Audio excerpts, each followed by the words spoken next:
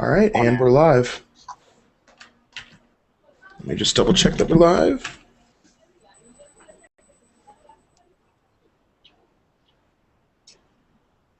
Yeah, we are in fact live.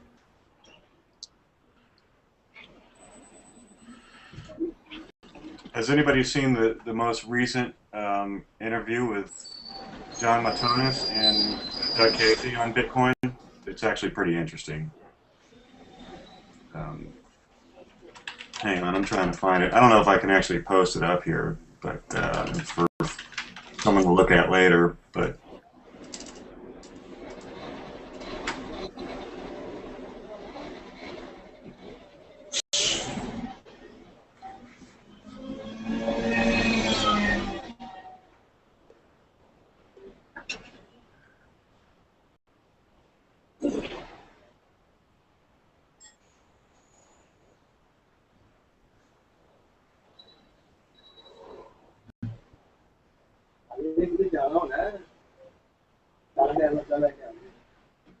All right, we're live on YouTube, and I don't see any viewers yet, though.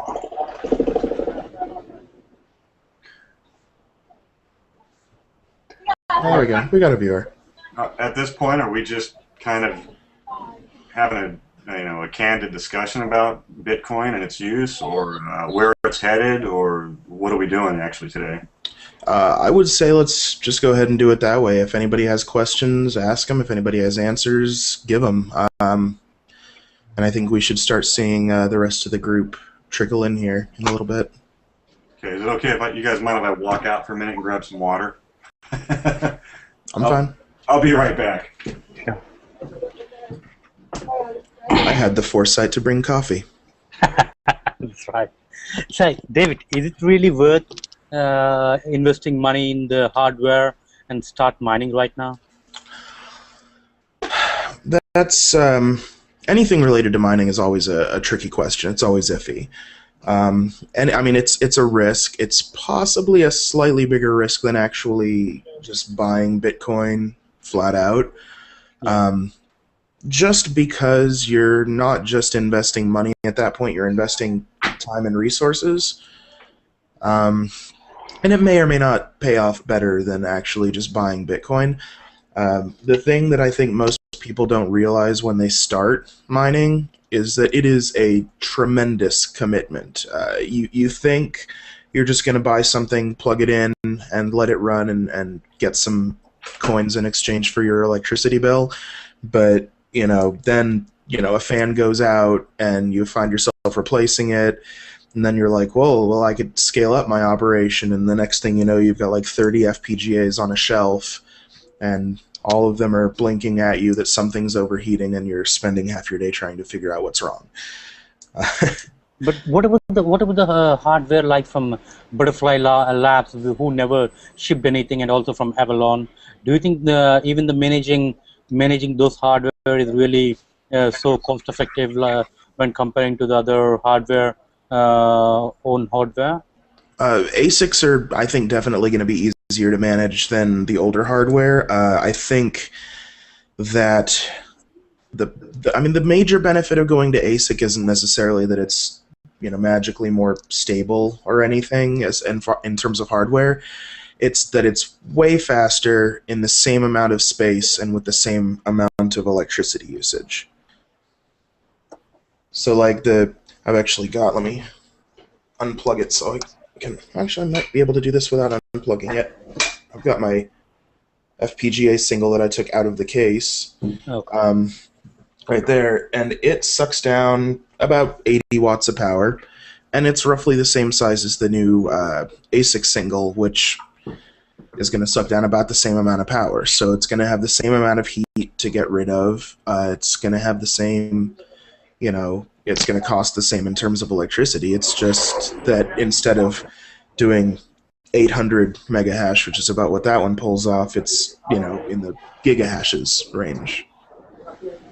And do you think there's still market for Bitcoin trading platforms and new ones, country-wise? Like there are some trading platforms only for England, some other countries. But do you think there's still market market for the Bitcoin trading platforms?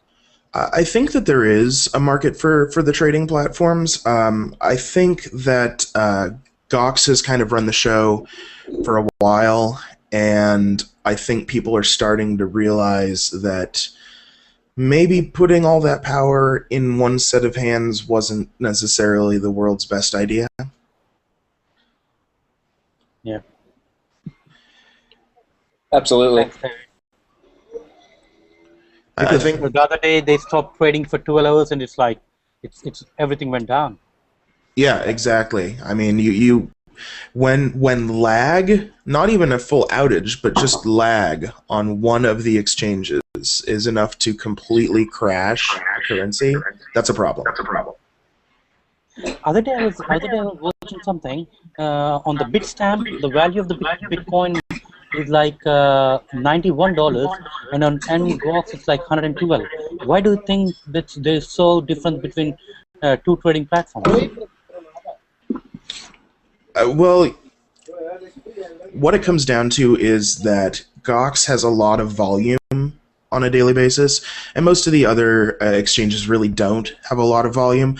So you figure, let's say it was the opposite. Let's say it was the other way around. Some big change in the market price happened over on Bitstamp. It would take Gox, probably 30 seconds to catch up, just because so many people are trading so much on Gox. It would not work the same way the other way around, because there are so few people trading on the other exchanges, and it takes a certain dollar amount of trades to actually make that happen. I'm hearing an echo of myself. I think it's Pedro got Yeah. his microphone on. I'm gonna mute you for a minute here, Pedro. Sorry. No problem. if you have anything to say, just say something in the group chat window on the side, and I'll unmute you. Sorry.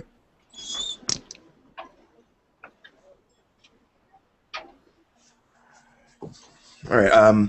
Where was I? Oh yeah. Like I said, I think it's just a matter of volume. The higher the volume an exchange does, the faster they're going to respond to a change in market prices. And so you have these really low volume exchanges where the price goes up really high, and then they don't really keep up very quickly with the price changes, and vice versa. The price crashes, and then they don't change as quickly to keep up with that either. That's fine. Thanks, Devi. Who's next?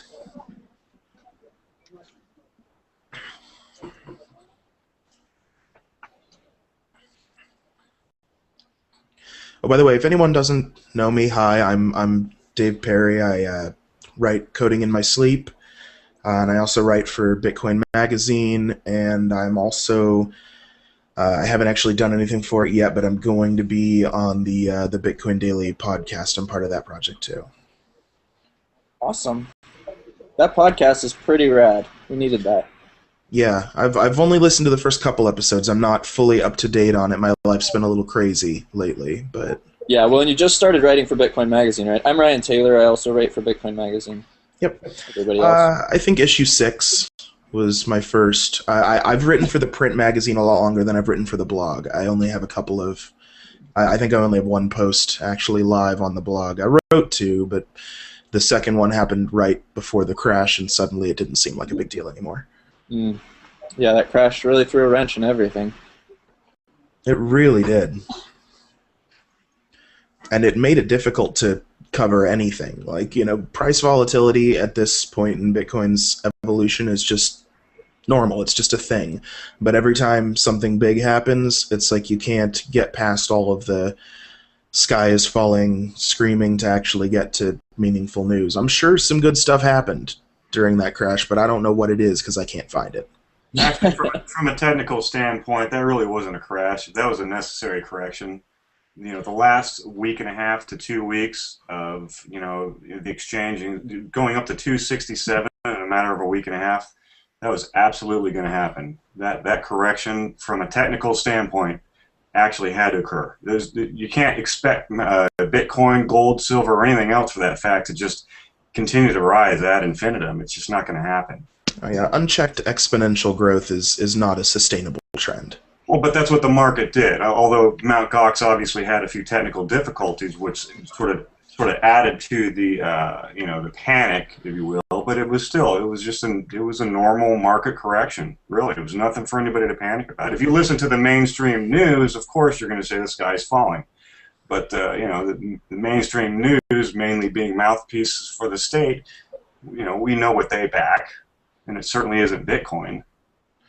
Yeah, I seem to recall actually writing a really angry response article to a recent CNBC piece that was just awful, really, really awful. I mean, I'm pretty used to people like writing articles about Bitcoin and not having a clue what they're talking about, but this one was amazingly bad.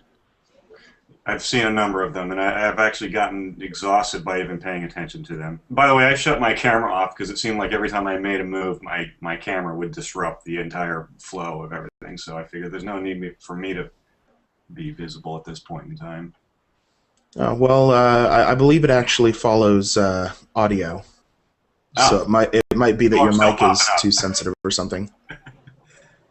Do you guys think Bitcoin will be really mainstream, like people will start using it, paying things, and it will really pick off, and like everybody got a PayPal address? Do you think people will have Bitcoin wallets? I think that it will, yeah. I mean, things need to stabilize before anyone starts spending, which I think needs to happen.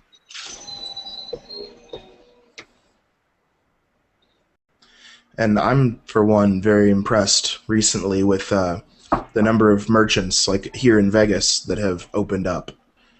There are a lot of merchants suddenly accepting Bitcoin, mostly restaurants. I am a little bit concerned about the fact that in a price drop like happened the other day, what happens to the merchants? How are their products priced according to the U.S. dollar, and would the price fluctuate that drastically? It seems like merchants could lose a lot or in that situation. It depends on whether they're actually holding their money in Bitcoins. Typically, merchants, they'll either choose to keep a percentage as an investment, in which case it affects them the same as it affects any one of us who holds some Bitcoin. Or most of the time, they're just using it as sort of a merchant services thing. They have someone like BitPay where the moment the transaction comes in, it gets sold at the market rate and dropped into their checking account in US dollars via ACH. So really, all that it's going to affect is however much Bitcoin has changed between the time when the transaction happened and when they were actually able to sell.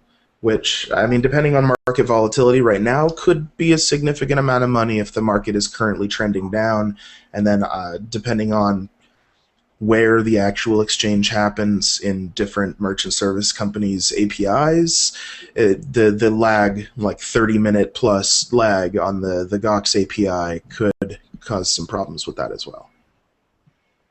So as far as you know, BitPay and the other merchant services use the latest price as opposed to an average?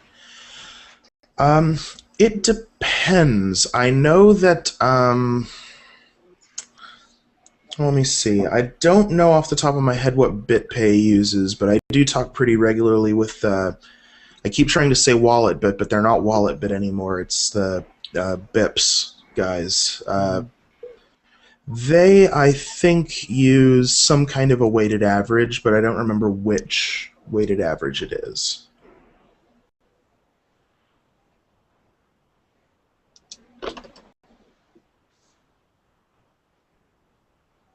What percentage of the Bitcoin transactions right now are used only for trading, like buying and selling, other than real transactions? That's a pretty difficult question to accurately answer. Just because, I mean, I think if Gox were Gox would have to provide that data. Basically, all the exchanges would have to provide data about what's actually going in and coming out from their own wallets. For the most part, they don't provide any data like that at all. At least not to my knowledge.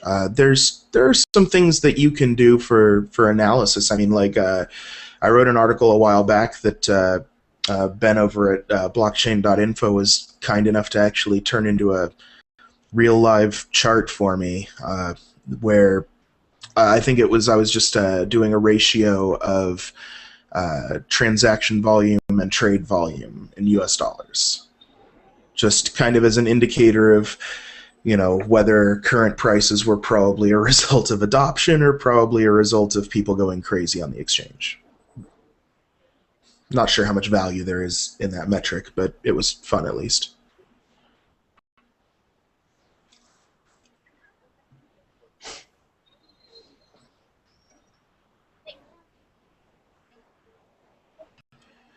Oh, it is too early. That's a little issue that I have, by the way, and maybe somebody can answer this question for me. Why the hell is everything Bitcoin related on the East Coast so that when y'all release at 6 o'clock in the morning, I have to be up at 3?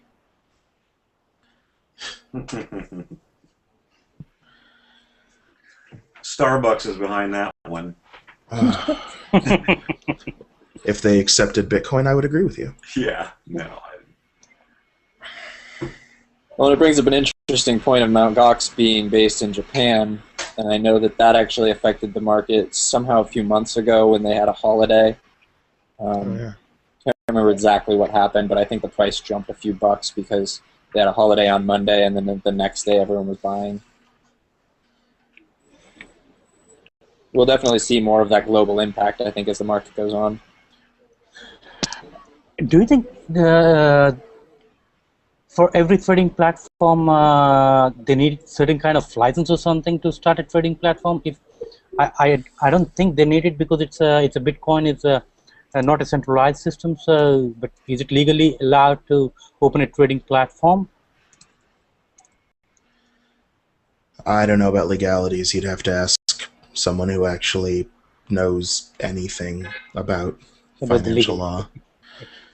Well, anytime you're exchanging any money, currency or whatever, with other currencies, there are legal issues. That's why Mt. Gox, when you verify your account, that's why you have to send them, you know, all sorts of personal information, which I don't particularly care for that factor. That was one of the things that I wanted to bring up about one of the major problems with an exchange like Mt. Gox is having to comply with, you know, government legal issues. In a lot of ways, it undermines the anonymous factor of Bitcoin. You know, the ability to stay anonymous with Bitcoin is undermined a little bit by that. Well, I mean, first off, I think anonymous is the wrong word. I think very much. I apologize in advance. I am very pedantic about language. It bothers me to no end when people, like, my personal pet peeve is the word theory. Like, almost every time that you've said, I have a theory, you really mean I have a thought or I have an idea. At most, you might have a hypothesis, but you almost certainly don't have a theory. But, you know, pet peeves aside, I mean, I think anonymous is the wrong word. It gives the wrong impression. Whoa. It gives this impression that Bitcoin is at its nature completely anonymous and untraceable, and the thing is it's pseudonymous. It's totally traceable.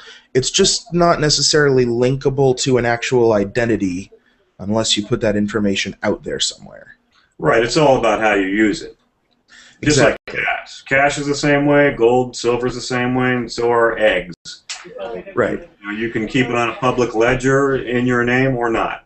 It's all about, and I've stressed this anonymous factor many times with people, that Bitcoin in of itself isn't necessarily anonymous. It depends on how you use it. Right. I think that's one of the big important misconceptions to correct, really, because I know there are a lot of like charities, for example. I've spoken to a couple of charities about accepting Bitcoin donations, and they were worried about the anonymity aspect because, you know, they've got to keep their records open to the public. And really,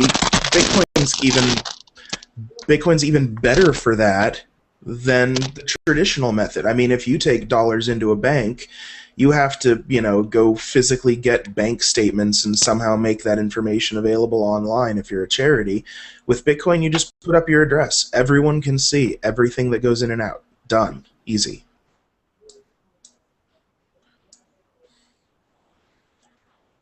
And let me see. You had posted some questions or issues or something. There's a lot of interest surrounding Ripple, too. I'd like to talk about that a little bit if we can. Oh, yeah, absolutely. I know nothing about Ripple. I was really hoping that you did. No, unfortunately not. I'm, in addition to all the 8 million other things that I do, I'm also a moderator at the Bitcoin Stack Exchange site, and one of my co-moderators is, I guess, one of the founders or something of Ripple, but I've never had time to talk to him about it. I've been too busy with the one internet currency. Interesting. Yeah, I thought that I had a grasp on it. I thought that it was a completely different currency, and then I read Vitalik's article yesterday on Bitcoin Magazine, and it threw me for a loop, his reference to it on there. So I'm not sure. Not a clue, yeah. Does anyone here have a clue on Ripple? I have only read a little bit about it. I don't know anything about it. Okay. Another hangout, I guess. Yeah.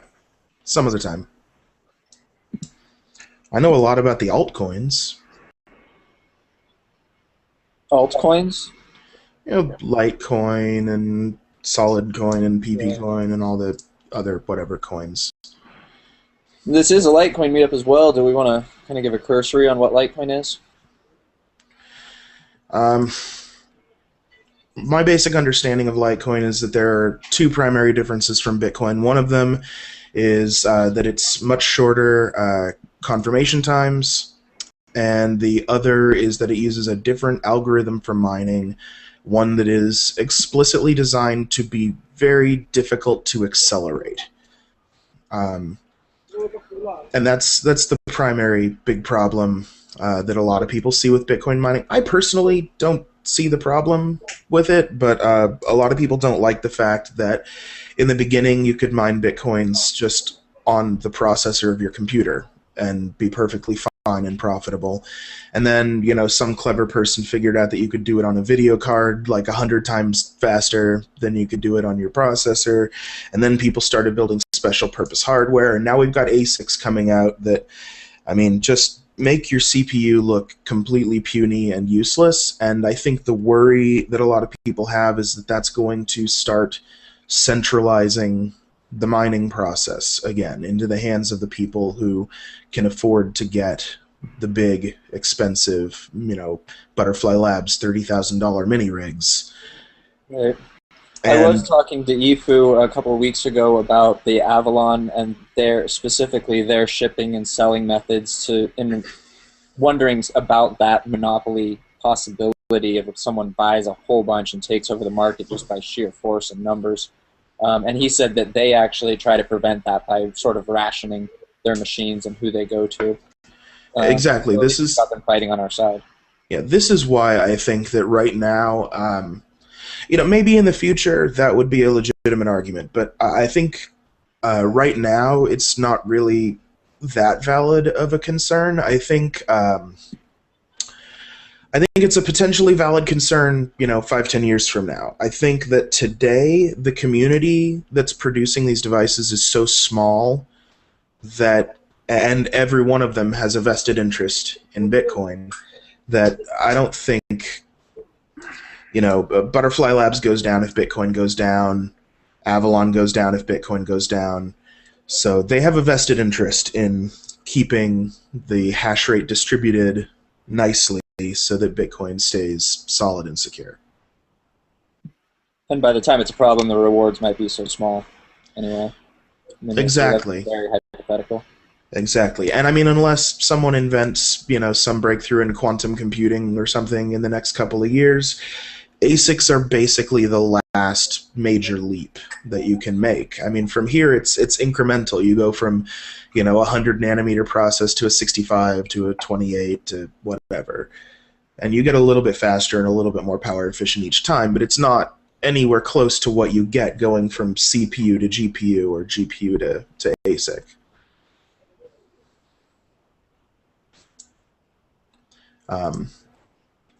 But yeah, that's my basic understanding of Litecoin, is that it's supposed to be faster confirmation times, and they use, was it scrypt, bcrypt, one of those very memory-heavy algorithms instead of SHA-256. Anybody remember does it even matter?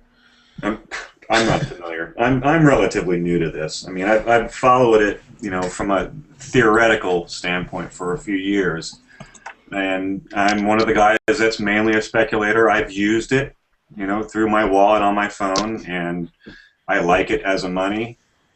But from the technical standpoint, I don't have a lot of information there. Gotcha. And I actually I learned economics because of Bitcoin. Coming in, I had zero concept of economics. I showed up. I think it was one of my 12-hour long till 3 in the morning stumble upon sessions that first brought me to Bitcoin. And I'm like, hey, money based on encryption. Yeah. And I'm like, hey, money based on encryption. I like money and I like encryption. What's not to love? And then I had to learn economics because I'm like, what are these Austrian people that they're all talking about? And what is, I understand the concept of inflation or deflation, but I've never really devoted any time to thinking about why one or the other might be bad. Yeah, I think that's pretty common for the Bitcoin community. A lot of us are new to either the technology or the economics. Yeah. All these different facets, but it's really cool. It's opening a lot of people's eyes. It is. From an economic standpoint, one of the main misconceptions all across the board is this idea of inflation being natural to markets or money. Inflation is actually the very act of central banking inflating the money supply. And there you have it. And the outcome are the perversions in purchasing power of the money. So that's probably one of the greatest arguments for Bitcoin. Is its sort of equilibrium effect, its stability. It's peer-to-peer. It's there. Even if you've got these guys with all sorts of money with all this processing power, you're still going to have somebody else with plenty more power and money than the next guy to out process them, and that's just the market effect. I don't see a possibility of any quote monopolization of bitcoins. I don't think it's possible. Markets won't allow it. Yeah, and they touched on that yesterday or was it day before yesterday, Friday, on the podcast as well. They were talking about things that could potentially destroy Bitcoin, and a mining monopoly was one of them. I see that Steve Kane just mentioned government being able to produce a whole bunch of mining rigs and potentially taking over the market that way. After 2 years, 3 years, the difficulty would adjust and level the playing field anyway. Government is probably your biggest concern. That's all of our large, whether we realize it or not. I find that most people don't realize that your biggest problem is government, and it's the main reason. It's the main driving force for Bitcoin. The markets, meaning all of us individuals out there seeking value in our purchasing power. The markets are. This is an answer to the problem of central banking and and fiat currency and legal tender laws. And let me actually just throw out exactly what kind of damage could be done by a hostile miner who has, a majority of the power. Not actually all that much, really. You can double spend, but depending on the value of any given transaction, probably not worth it. And if the government were going to try and take us down via mining, I can pretty much predict exactly what they would do. What they would do is they would get a whole bunch of mining hardware, and they would mine empty blocks. They would just make blocks that did not contain any transactions, so your transactions wouldn't really confirm. And basically what would happen is, say they controlled half of the mining power of the whole network, half of the blocks would end up being empty. So instead of taking 10 minutes to confirm, your transaction would take 20. And it kind of goes linear from there, and then the network can combat that just by adding more honest hash power. Well, let's not give them any ideas. Oh, they've already got the ideas, I'm sure. I know. They've got plenty of money. Oh, and Jason Chat has informed me that it is based on scrypt, not bcrypt, Litecoin. Also wants to know what the best way of purchasing in the UK is. I don't know that much about the UK exchanges, but I personally prefer to do most of my buying and selling with in-person, face-to-face dealers. Localbitcoins.com.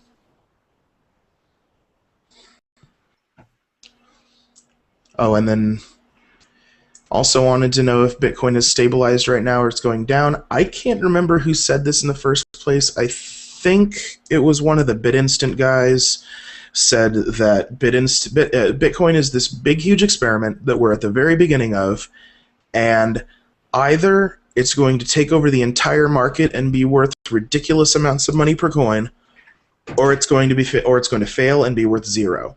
So, value of a Bitcoin, $10,000 or nothing. Who knows? Well, that would eliminate all other commodities. You can't eliminate the exchanges, and you can't eliminate the market. So that would, from an economic, that's where I come from. From an economic perspective, that would be completely false, highly flawed thinking. That would completely preclude gold, silver, for example, and all other commodities that are traded on exchanges. So. Well, I think what he was saying is that there is an inherent value in Bitcoin, but there's also the potential for there to be security vulnerabilities or flaws that we haven't spotted, or for a government to somehow manage to muster the might to actually put us down. So that's, I mean, I think there's potential for tremendous growth in Bitcoin, but there's also potential for tremendous failure. Well, the weaknesses lie in the exchanges, and that's what I was addressing before. I think that's one of the questions, or one of the things that I was talking about before the podcast, was the weakness is in Mt. Gox, and that's what I believe they are working feverishly to deal with. These DDoS attacks. I mean, this is a total theory, and I don't condone it or deny it, but there is an idea floating around out there that it's mainly governments that are undermining Mt. Gox and devaluing the currency, which could be true. States don't like individuals holding their own purchasing power and controlling it. That would be the free market. The free market largely doesn't really exist, especially in the United States. You can't have a free market and have a central bank. You can't. Those things don't go together. That's one of the greatest things about Bitcoin. Outside of Mt. Gox and these exchanges, these wallets that we basically control, we control it. We control it through its use as well. So, but again, back to the exchange. That's its value, its market value.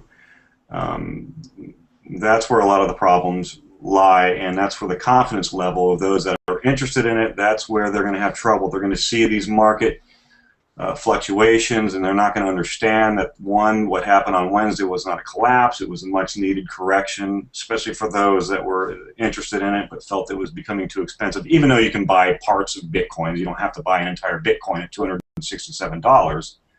But that's the perception of the average person. They don't understand it really.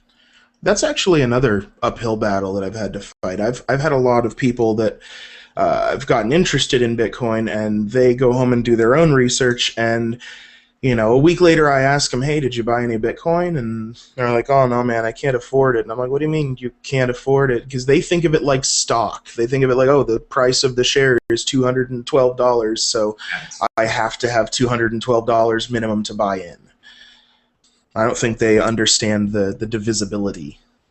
Well, just express it to them and say what most people figure as real money is gold and silver. It's divisible. You can continue to divide gold and silver down to finite amounts. That train of thought that is a problem. A lot of people do believe it. A lot of people think of of Bitcoin as a company and two as a stock. It's kind of convoluted, the thought process that's going on out there, and, with regular Joes out there. It's convoluted because it's kind of unprecedented. Bitcoin is really hard to narrow down. I mean, people are like, so it's a currency? Well, yeah. And it's also kind of like a commodity? Well, yeah. And then it's also sort of like being a bank? Well, yeah. It's a lot of things. You can become your own bank. And Yeah. that's where I was bringing up the lending part. An individual can actually lend just like you can cash. I'm not promoting loan sharking or anything like that, but lending probably should, become free market derived, and Bitcoin's that's the beginning of it, where it's decentralized, and say my community here, people start adopting Bitcoin. I have X amount I'm willing to loan out, at a reasonable market interest rate, not one that's derived from edict from above, from government, but one that's market derived, meaning what the market calls for. Say there's 10 of me in the area that are willing to loan, well, and maybe 11 and 12 pop up, that drives the interest rate down. Now here's a question that I would like an economist's take on, actually. Someone who knows a little bit more about me than the economic side, because I'm great for technical questions. I'm okay for economic questions. That is I've heard it referred to as a misconception, but I still don't really get the other side of that coin, which is, if right now the currency is inflationary still, because we're still minting new coins, but let's say 50, 100 years from now, no more coins being minted. At this point, we're in the deflationary part of the curve, and let's say we've got, I don't know, 3% deflation.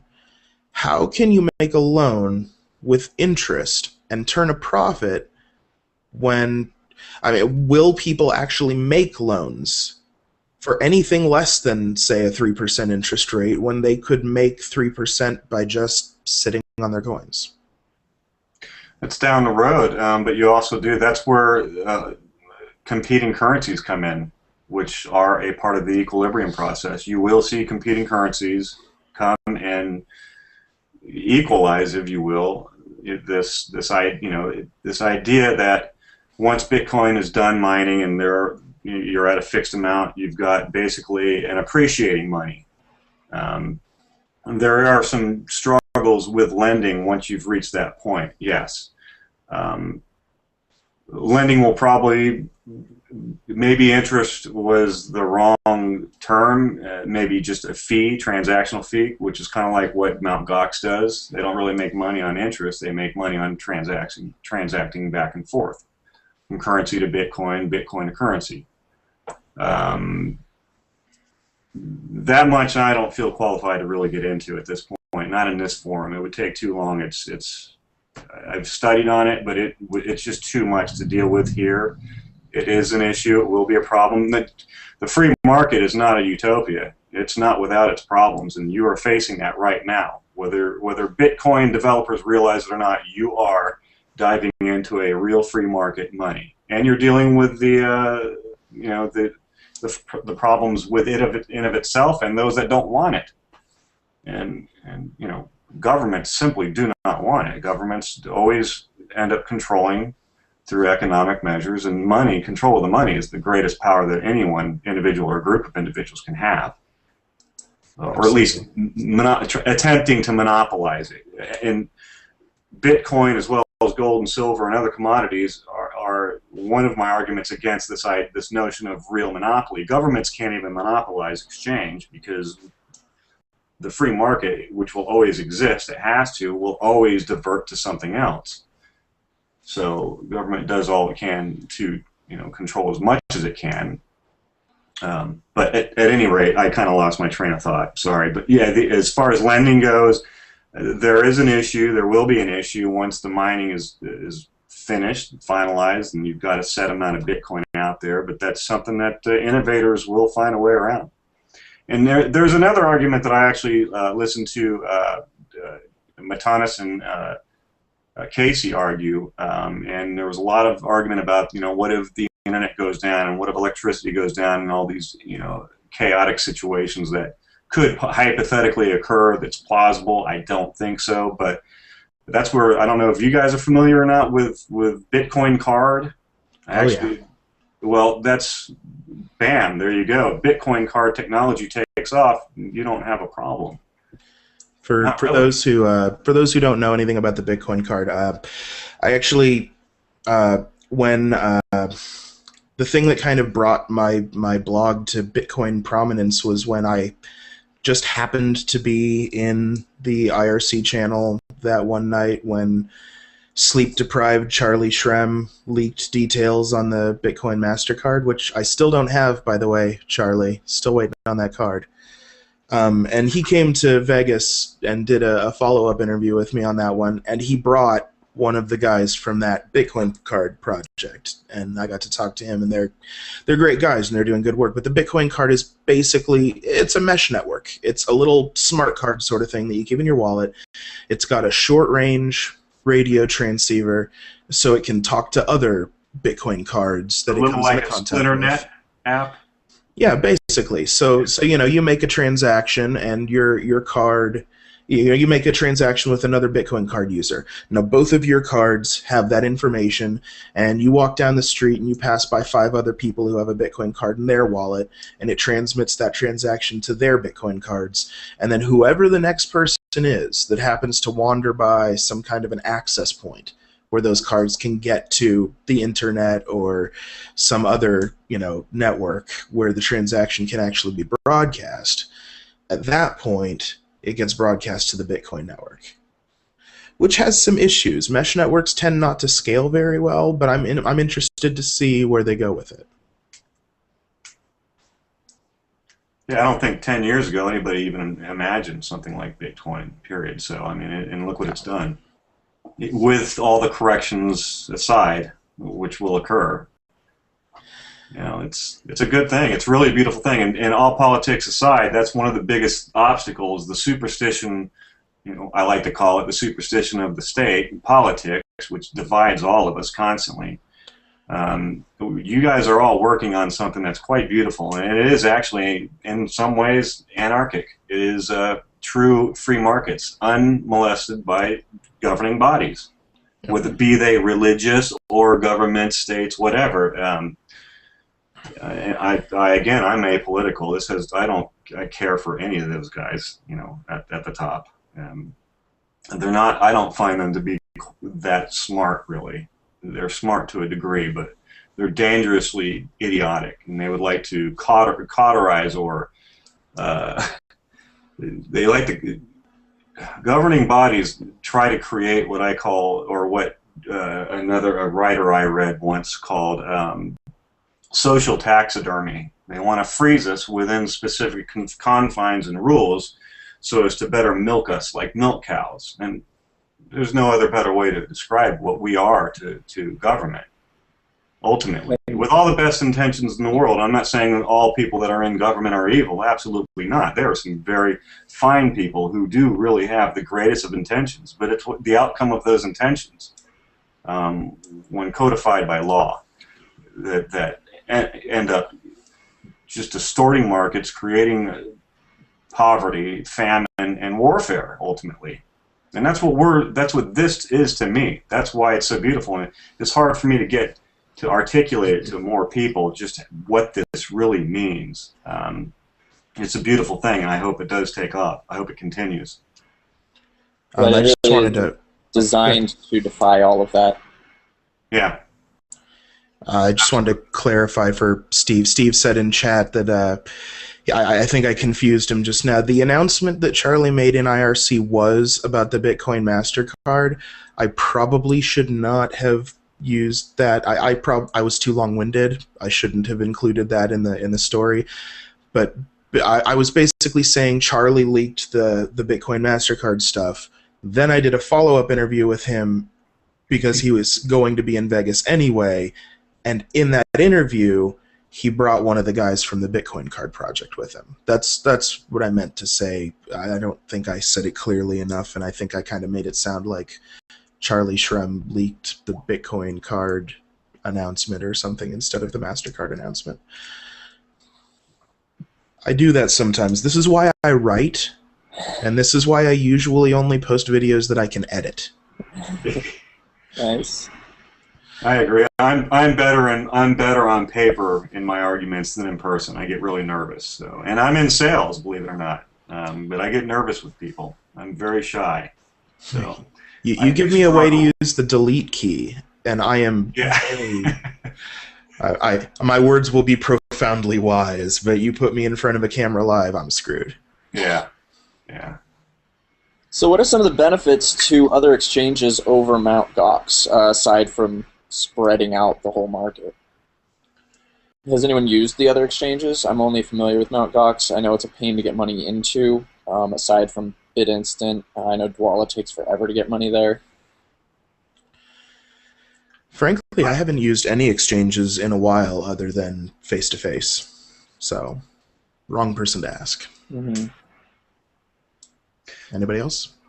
Much of this is really experimental for me. I mean, I said I've been speculating, using Mt. Gox to speculate, just using all the transaction methods and seeing how it works so that I can easily explain it to people that are against it for whatever reason. And I can tell them just how easy it is. Once you get everything set up, once you get your wallet set up or your Mt. Gox account. And Mt. Gox, you know, it's something for those that do want to take large sums of money and speculate on currencies such as Bitcoin. And Mt. Gox actually allows you to go in and out of other currencies, which is a beautiful thing too. Many people will disagree with that. They think that that's a problem with the markets, but it's not. It's actually an equalizing. It's an equilibrium effect. It's part of the equilibrium effect of individuals acting within economy. It also helps lend it credence as well, you know. Mm-hmm. But Hey, yeah, I Steven. haven't used any of the other exchanges myself. I'm guilty of not doing that. Hey, Steve, are you watching chat? Me? Yeah. A question from Pedro. That I think you're better suited to answer than I am. I do my best to answer econ questions, but I'm the tech guy. Let's face it, I'm the tech guy. Pedro's got a question for me, as a matter of fact, who... Are you I talking think about this last question here, or where am I? Yeah, the last question there. I think he's taking kind of the Keynesian view on using money supply to counter various economic forces. I don't see the question. I'm I'm going sorry. to unmute him so he can ask. Yeah, hold on a second. Let me find him again. There he is.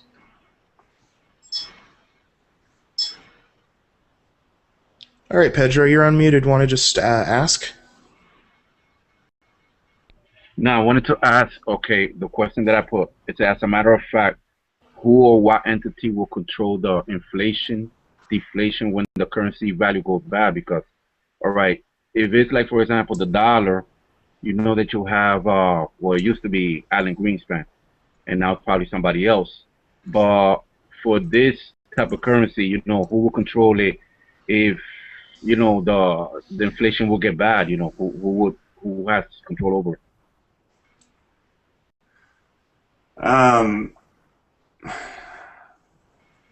Well, actually, the inflation of you're talking about Bitcoin, I assume. Right. The inflation process that's taking place right now is its creation, which takes place over time, which is similar to mining operations producing gold and silver. There is no central controlling. It's peer-to-peer. You control it by its use. It's I don't know if I understand the question fully, but that's the thing. There is no real central controlling, arbitrary governing body. No, but like, all right, for example, you were saying before that people treat the Bitcoin like the stock exchange, where the value goes up and down, something similar. So, well, they understand it that way. I don't know that they treat it that way. right, but let's say, for example, if it's the value of the dollar, you have a government there set up to try to act upon that so that the value won't go too low or too high. But in the same way, what would you do? If it's for Bitcoin, like who would control it, or like, because if it's a currency, then somebody has to have a control over it, don't they? Well, the holders do, and that would be you and me and the producers. As far as governments trying to keep inflation under control, the inflation of itself, I mean, if you're talking about the U.S., they've inflated trillions and trillions of dollars, which doesn't flood the market the way a lot of people discuss. That's just another problem when people get into this frenzy with the money. The money is introduced in the market in many different ways. The effects of inflation are really what we're talking about. The arbitrary control of its purchasing power. Essentially, when governments print money, those who get it first benefit the best. I mean, they're able to buy up markets that have collapsed.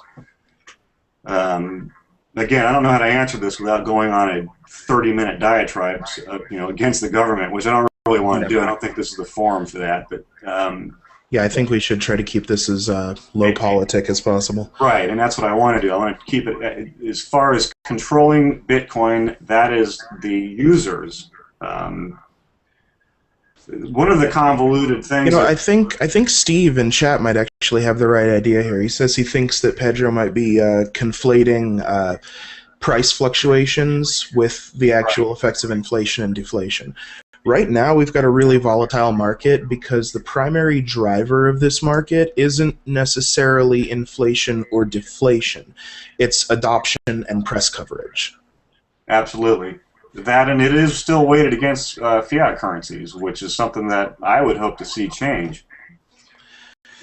So when you're asking who would control the price, no one can, or who would control inflation or deflation, it's not like a traditional currency in that way. It's not like the US dollar where if there were suddenly this massive change in the value of a dollar, the government could potentially change the supply of dollars relative to the demand so that you can kind of do this balancing act to keep the price stable. Right. It's not like that. It's decentralized, so there is no control other than the algorithms that determine how many coins are created at what time. I can't tell you how many US dollars there will be 10 years, 5 months, and 3 days from now. I can tell you exactly how many Bitcoins there will be 10 years, 5 months, and 3 days from now.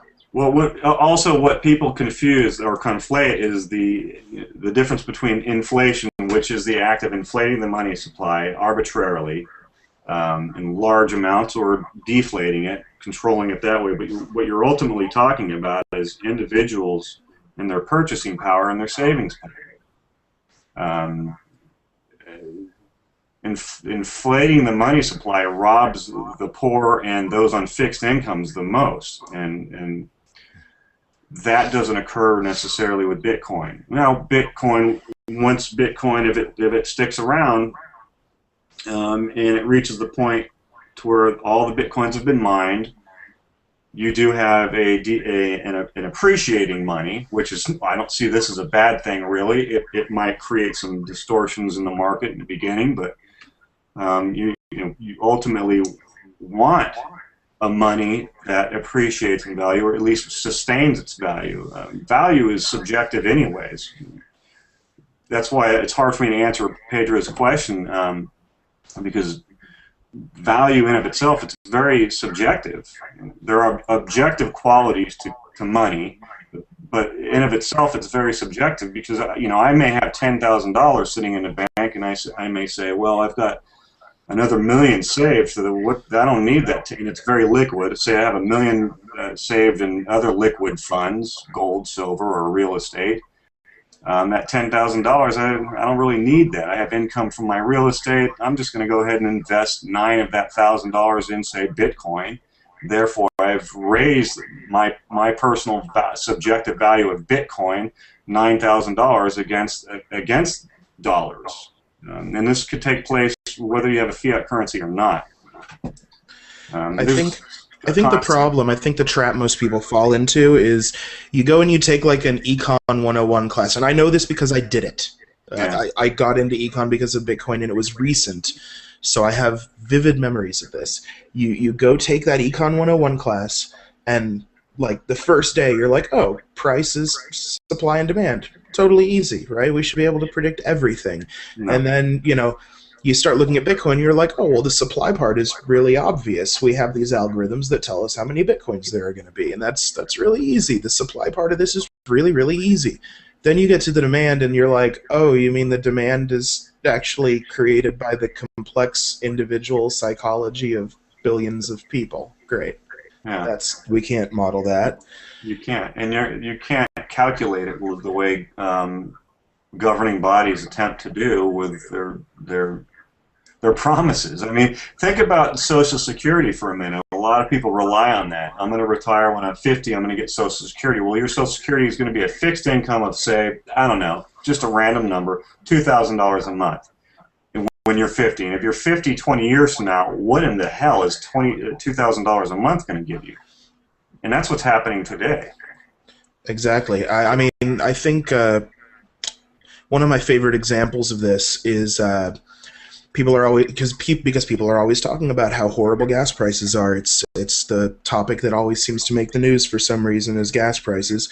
And in 1960, when dimes were made of silver, it cost you about 2 dimes to get a gallon of gas, about 20 cents a gallon. And the silver in those dimes is still worth about a gallon of gas today. It's not really the value of the gas that's changed, it's the value of the dollar that's gone down. So if you imagine saying, oh, you're going to get $300 a month when you were back in 1960, that might have been a much more significant amount of money than it would be today. Today, that won't pay rent in the crappiest of slums, but back then, it might have gotten you a decent place with some food on the table. You can't you can't have reliable income for the future. You can't plan for that kind of stuff when the value of the money is continuously going down. On the other hand, with something like Bitcoin, where there's a slight deflationary trend towards the after the mining is done, and you have a currency that's supposedly at least going to grow in value over time, then you have the opposite problem. Well, not problem, it's a great thing actually. You have the opposite effect going on where you might have enough savings to retire and get 300 Bitcoins a month. Well, that's a lot right now, but 5 Bitcoins a month. And right now that might not be worth much to you, but maybe in the future it's going to be worth a hell of a lot more. We have an interesting question on the YouTube page from Jimmy, who actually just joined the Hangout also. What would it take for people to stop thinking of the value in Bitcoin in terms of other fiat currencies and start thinking of it having its own value? I'm curious about this as well. I think that goes down to stability. Yeah, for the it'll most take part. a while. I mean, we're nowhere near that. I didn't catch the question. I'm sorry. I didn't catch that. What would it take to start valuing Bitcoin in a different way as opposed to in relation to other currencies?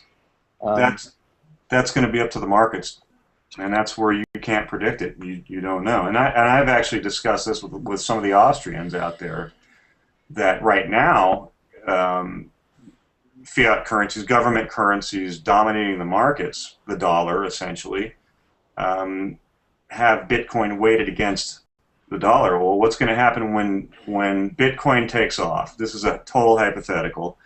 When Bitcoin takes off and you've got every merchant, I can go to Starbucks and use my Bitcoin. When you've got every merchant accepting Bitcoins, what then can, and in a lot of cases does take place, is that they start, if they see a problem with their currency, which most people do now, they may ask when you come in, how are you willing to pay? When a fiat currency collapses, and historically they all do, they all eventually value themselves at zero through the market.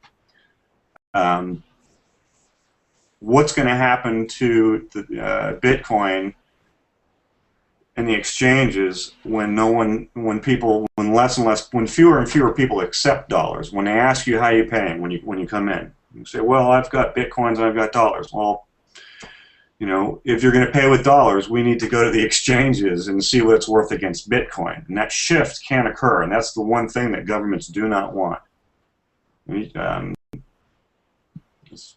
Does that make sense? It's market saturation, essentially, where a Satoshi is worth a cup of coffee instead of a penny.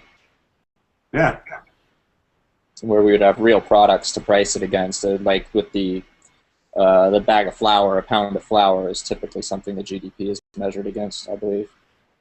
Right, but what I'm talking is about individuals actually controlling the markets through their own volition, saying, you know, a merchant saying, well, I don't really care what the exchange rate says your dollar is worth against Bitcoin. I'm actually accepting Bitcoin now, and I would prefer it.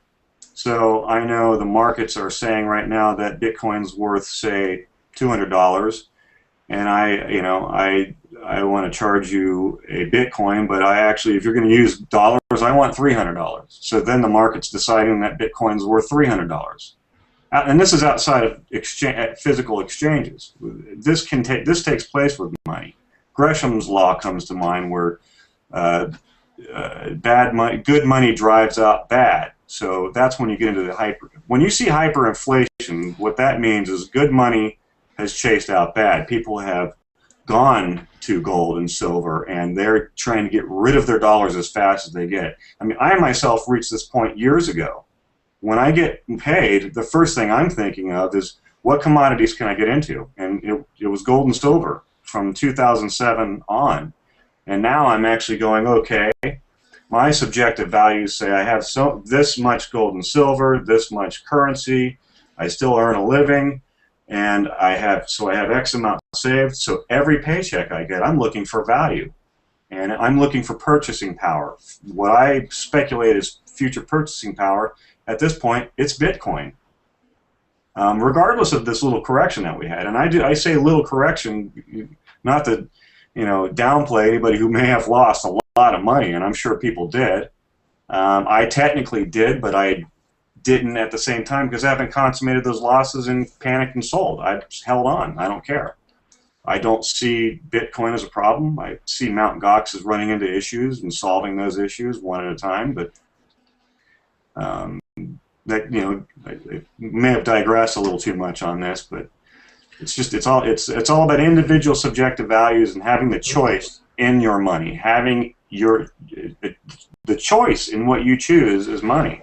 As a vendor, as a business person, as a wage earner, as a speculator, business operator, whatever, manager. Yeah, I think that's a really valid point. Sorry to interrupt. If I could right now, I would tell my employer to pay me in Bitcoin. I don't want dollars anymore. Steve actually just said that in chat. Steve said in chat that a major turning point would be when people started getting paid wages in Bitcoin, and that he doesn't see that happening anytime soon. Actually, it's already happening. It's happening in some areas, but it's not in the tangible world, meaning brick and mortar, the stick and mud world. It's not happening. There is at least one web design firm, I seem to recall, that's not. I mean, obviously, most of the Bitcoin companies, you know, if you work for BitInstant, I'm pretty sure BitInstant is happy to pay you in Bitcoins. Yeah, but there was Internet Archive. Yeah, but there was a web design firm a while back that totally had nothing to do with Bitcoin, and they offer you pay in Bitcoin, and also Expensify will now allow you to request Bitcoin as payment for your expense reports. Huh. Expensify. It's one of the bigger expense reporting packages on the internet. On the note of other products being priced in Bitcoin, one of the first that I've seen is actually Avalon's, which makes perfect sense. Since they mine Bitcoins, why would you sell it for fiat? So, I mean, maybe we could value Bitcoin based on a percentage of an Avalon, or the power that the mining rig actually produces. It's theoretical. That's very plausible. And the market decides. And if Avalon, I know nothing about this, by the way, so I'm just kind of going off on a tangent. If Avalon chooses to do that, and it works out, guess what? it goes. It happens. Okay, so sorry, go ahead. People, individuals will decide that, and that's the marketplace. So the latest question on YouTube, there's a discussion going on there about the hard fork that happened in 0.8, and they are saying, person whose name I can't pronounce, I'm very sorry, is saying, question, hard forks like the 0.8 issue are resolved by a central authority, so how can you say it's decentralized? Centralized but distributed, not decentralized, right? And a couple of people are kind of wanting us to go into that a little bit. There is, like most misconceptions and the best lies, there is a tiny, tiny kernel of truth in that there are core developers who write the software, and those core developers speak with a voice that is louder than most. So when they suggest things, we tend to follow their suggestions. It doesn't necessarily mean that they're a central authority, it's just that we recognize them as experts on a topic, and so we tend to follow their lead. That would be what I would say. In regards to that, there is an authority, but they're not an absolute authority. If we don't like what they say as a group, we can tell them to fuck off, and we can go on with our lives and go do whatever we want. As for the hard fork itself, the technicals behind it, basically what it is they changed the database system that they were using to store the blockchain, and one of the database systems would accept a certain kind of malformed block, and the other one wouldn't. So some miner somewhere produced a malformed block, and half of the clients accepted it and half of the clients didn't, and so then the ones that didn't kind of picked up their own version of that block, and you just had this sort of branching version of reality. And that's not really that big of a deal, because Bitcoin was explicitly designed to handle that sort of thing. This is one of the things that it was exactly created for. They had this in mind when they designed the thing, which is, as long as the majority of people are accepting one version of history, that version of history will be the one that gets codified as correct. The appearance of there being a central authority in that was that the developers stepped forward and said which version of history they would prefer we use by saying which version of the client, which version of the Bitcoin client they would prefer we use. And we listened to them because they're the developers and they kind of created the problem in the first place, so we trust that they know how to solve the problem that they just made. But you know, it's a free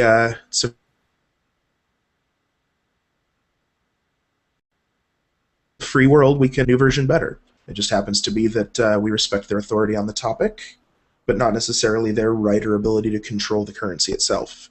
If they do something stupid, we're welcome to walk away. It's non-compulsory. Exactly. So yeah, it wasn't resolved by a central authority. Central authority made a suggestion to how we could resolve it, but it was resolved by the protocol itself.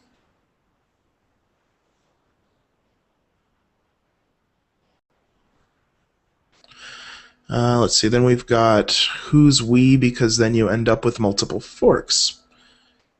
Okay, that's a valid point. You can fork the blockchain lots and lots and lots of times. What we in that sense means is the majority.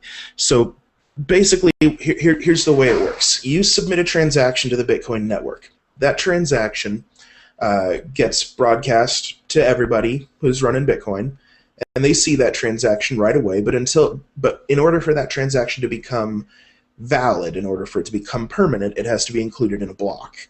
The inclusion of transactions in a block is done via mining, and mining is a distributed process. So really, it's not...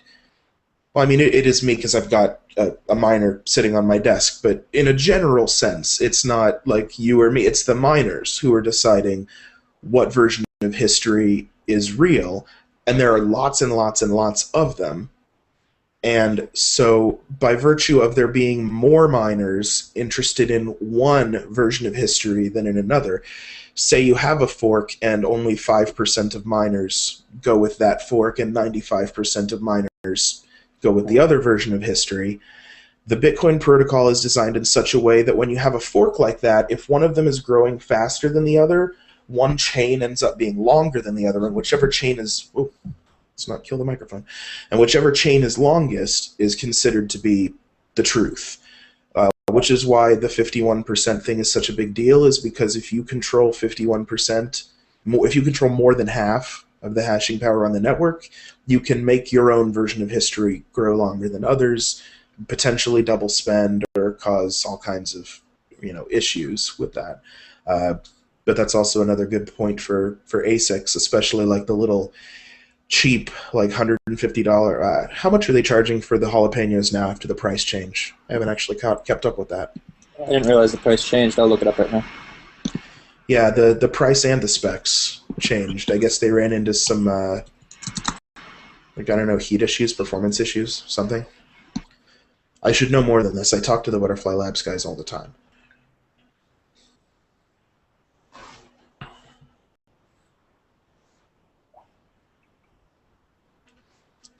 And let's refresh YouTube.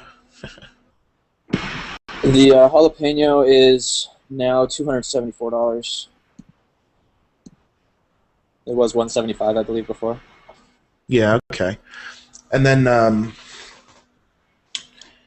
don't remember who it was. Someone had also posted one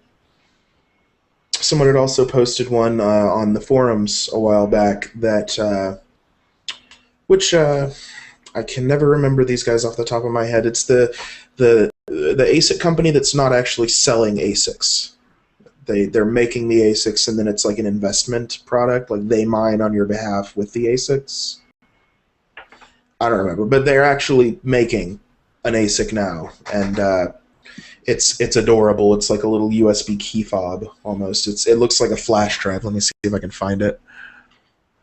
So I would love to get a solar miner. I think that's the way to go, because then you counter all of the electricity issue problems, which I know you guys were talking about the electricity use before. I think when the Hangout first started, I'd like to get back to that, because one of the biggest questions I get asked from people that are new to Bitcoin who are interested in mining is it even profitable? Mining profitability is a non-trivial question. It is a very extraordinarily difficult question to answer. Yeah, that's because you've got electricity costs to consider, and then also the network hash size, whether or not you join a group or not a pool. That's where economics comes into play. One of the things that I like so much about one of the other things I like so much about this Bitcoin topic and Bitcoin of itself, it's actually forcing people to start thinking this way. We've been kind of childlike for a lot of decades now, allowing central authorities to control things, and we've just been able to get up in the morning, go to work, collect a paycheck, whether we produce any real value or not. We don't really have to think about it much. We just automatically invest in this 401k or this stock, that stock, don't even think about it.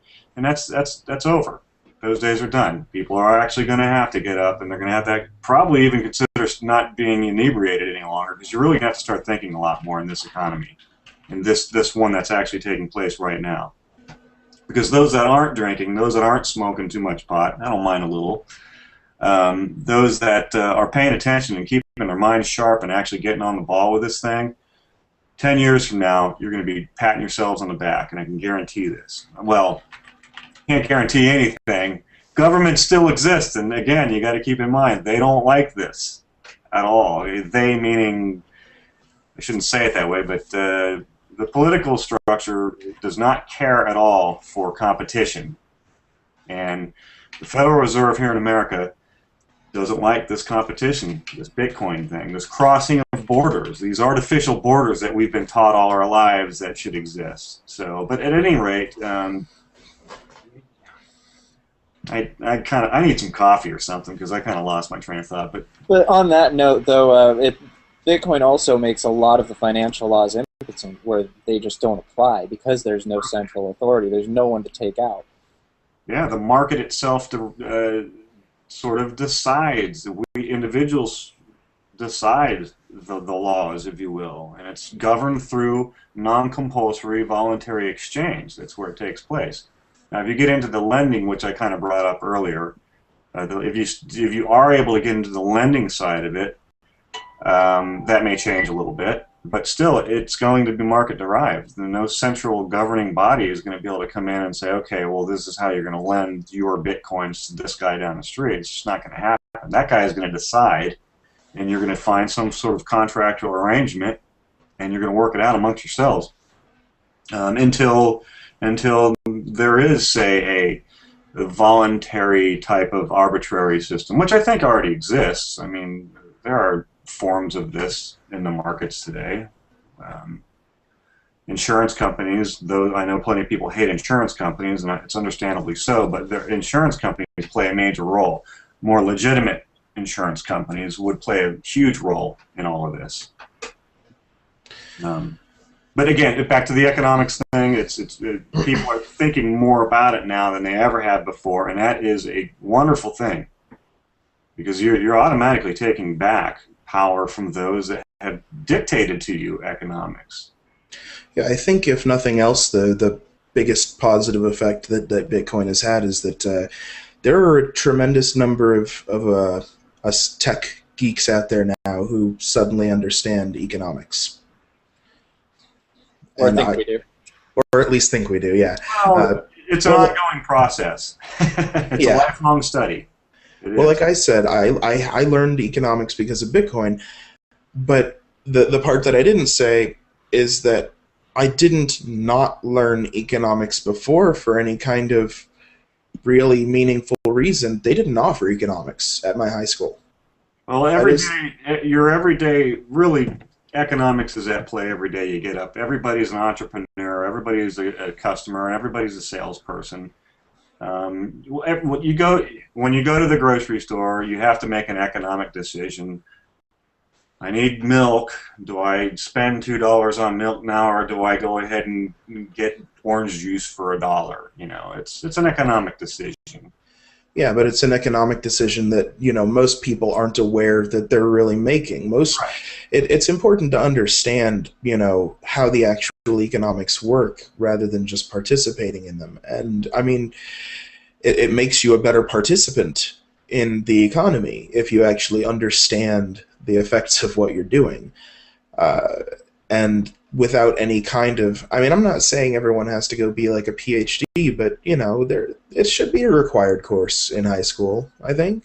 I think you should leave high school with a basic concept of supply and demand and market forces and how prices are set and things like that. You know, it's an important topic, and it kind of makes me sad that it's not taught. Well, prices being set, that's outside of arbitrarily being set through law. Prices are set with every exchange, more or less. Exactly. I sell furniture for a living. That's what I do for money, for currency. Someone can come in. The customer always dictates the price in the long run. I can have a sale all day long, but if more people choose not to purchase than not, we're either going to have to lower our prices, or we're going to hold on to that. We're going to have to continue to warehouse that product until maybe we can convince people to come in and pay the price that we want. Now, the price that we want is going to have a margin level above such and such cost, right? Well, you still, as a customer, can decide that. If you don't see the value in this product at what we want, we're going to have to lower our prices. And at some point, if the product doesn't sell, that's where we sell it below cost and we lose. But that's where the prices are set. They're set within exchanges. I know that seems kind of convoluted, but it's really not. It's really how markets work. Period. As individuals, the economy is really a verb more so than it is a noun. Yeah. It's right. You understand what I'm saying, though, right? Oh yeah, I totally understand what you're saying. I mean, that's once you've actually participated in any kind. I mean, the moment you make your first couple of trades on Gox, the moment you look at your first market depth chart, it becomes immediately evident that every time you buy something, even if it's bread, every time you buy something, you're driving the price up a little bit. You're adding some demand to the demand side of the price equation. Every time you refuse to, maybe you're driving it down a little. I mean, you're right. It's more of a verb than a noun. It's something we're all kind of participating in. Pedro in chat is saying that economics was part of high school curriculum in his father's era, but it was removed a long time ago. And even if you did get an economic education in high school, you probably got a strictly taught Keynesian view with no mention that alternatives even exist, let alone what their merits are. A lot of contradiction. Actually, Jimmy Tack brings up a decent point here. I have a hard time seeing governments letting Bitcoin gain too much traction unless they can find a way to tax it, which I don't know if that's possible. That's where Mt. Gox. That's one of the problems that I have with Mt. Gox, having to sort of comply with a lot of different government restrictions and regulations. And this actually goes back to what we were talking about earlier, where you're kind of someone had asked, at what point do merchants just start pricing their stuff in bitcoins instead of dollars and then doing conversion or whatever? That is also the point at which we become a hell of a lot harder to shut down. As long as you have to exchange bitcoins for dollars to pay your rent and buy food and things like that, because that's where they can. That's where the government can step in and causes problems, is at the edge of the network where you're exchanging bitcoins for some other currency, because they control that other currency. They make the rules where that currency is concerned. But once you get to a real marketplace where it's all just Bitcoin and you don't really need to exchange it at the edge anymore, at that point we're BitTorrent. I mean, that's basically the way Bitcoin is built, is the same sort of concept as BitTorrent. It's like a BitTorrent distributed transaction ledger. And, millions, if not billions, have been spent lobbying to get rid of BitTorrent. Thank you, MPAA and RIAA. They're spending lots of money to try and get rid of BitTorrent, and it hasn't happened at all. It's still going strong, and we're not Liberty Reserve where there's some guy who has a door that you can kick down. You either have to shut down the internet or you have to go kick down a lot of collective doors. Yeah, back to the vendors and merchants accepting Bitcoin as opposed to dollars. There is a kind of a gray area in favor of currencies, and that is legal tender laws. That's one of the problems. We are mandated actually to fiat currencies. And that's where some of the companies that are offering Bitcoin in payment for labor, in exchange for labor, there may be some legal issues that have yet to unravel. And legal tender laws, whether we like it or not, do tie us to these fiat currencies. So there are some issues there. Someone on, same guy who's, I'm so sorry I can't pronounce your name, on YouTube is saying, question, if I had 51% of the hash power, would you always accept my version of the blockchain no matter what? If not, why not? What are the rules? Again, it goes back to the whole decentralized nature of everything. If you had 51% of the hash power, and you decided you were going to do nothing with it but create empty blocks, you just weren't going to include transactions in those blocks, you could develop a Bitcoin client that could potentially reject your blocks. We could work around you. We could. But whether or not you get worked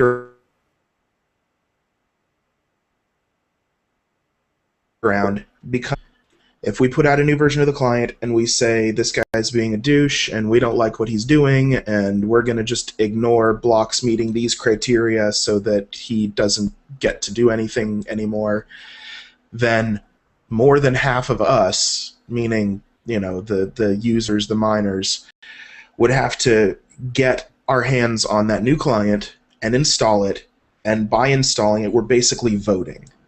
If the majority of the Bitcoin users don't like what you're doing, and there's a way that we can route around what you're doing in code, then we're going to route around it in code. And if more than half of us install that new client, we're just going to stop transmitting your blocks. We're just going to reject them. They're not going to go into our blockchain. We're not going to send them to the next guy over. You're going to be sitting and mining by yourself. But that might not happen.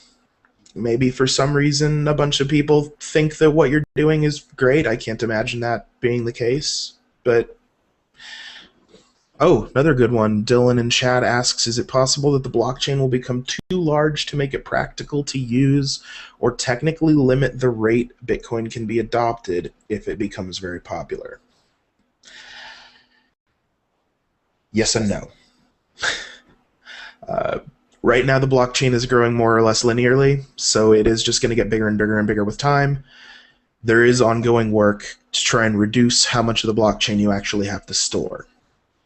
Like blockchain.info, for example, will probably always store all of the blockchain forever, because that's, I mean, now they have a wallet and other services, but originally, at least, that was their entire purpose, was just to be historical record keeping, where, you know, they keep track of all the Bitcoin transactions that have ever happened ever, and you can go and trace every coin spent all the way back to the very first block generated. But most of us don't need that capability.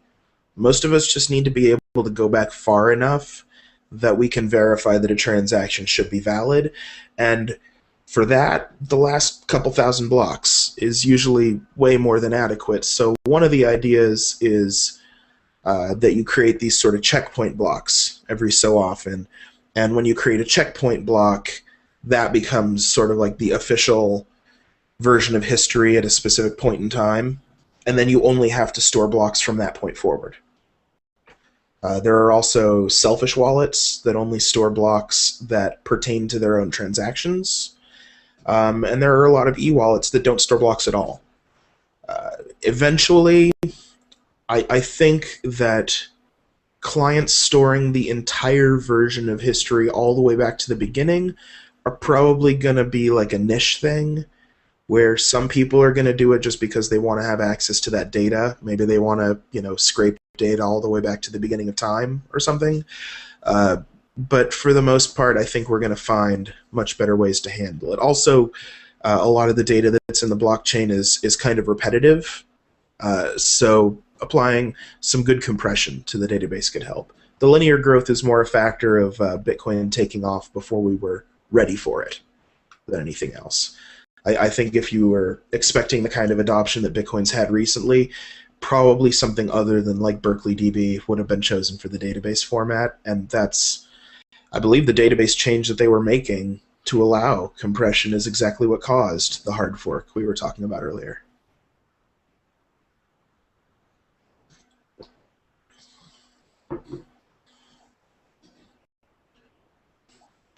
What else? Let's refresh YouTube.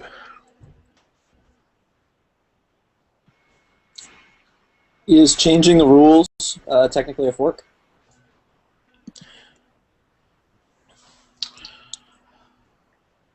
It depends on what you change.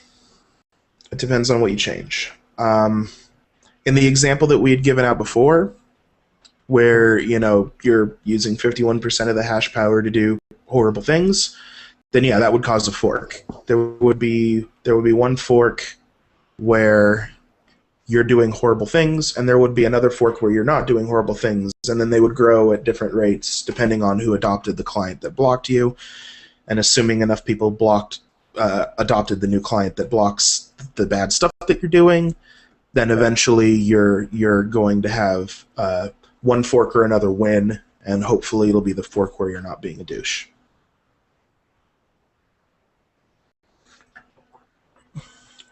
Jesse says the Hangout is very derpy. Okay, thanks, Jesse. Yeah, sorry, I was at the wrong one. That explains it.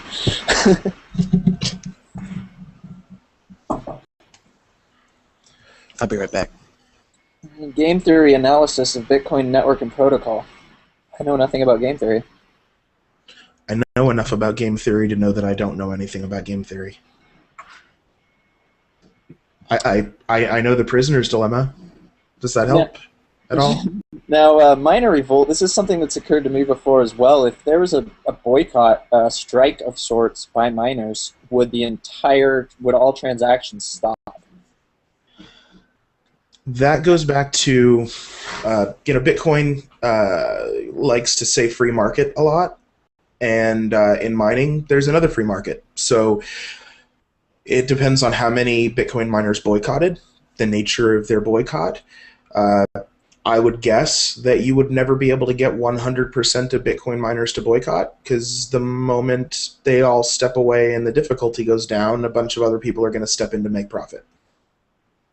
So I don't even see that as a thing that could really happen. But yes, if 0 people were mining at all, then yeah, transactions would stop. But if you've got a transaction you want to go through and there's literally 0 people mining, the difficulty is going to be down so low you could CPU mine again. So you could literally just, I think they actually took the generate bitcoins checkbox out of the client several versions ago. But I'd imagine it would be pretty trivially easy at that point for you to just start mining so you could make your own transaction go through. But I don't think that's a realistic question, honestly. Have you all covered Satoshi Dice yet? No, not at all, actually. Do you have a specific question, or? Well, I mean, I'd like to just hear everybody's opinion on it and what it's doing to the network as a whole. Well, on the one hand, I think that it's really just creating a tremendous amount of transactions,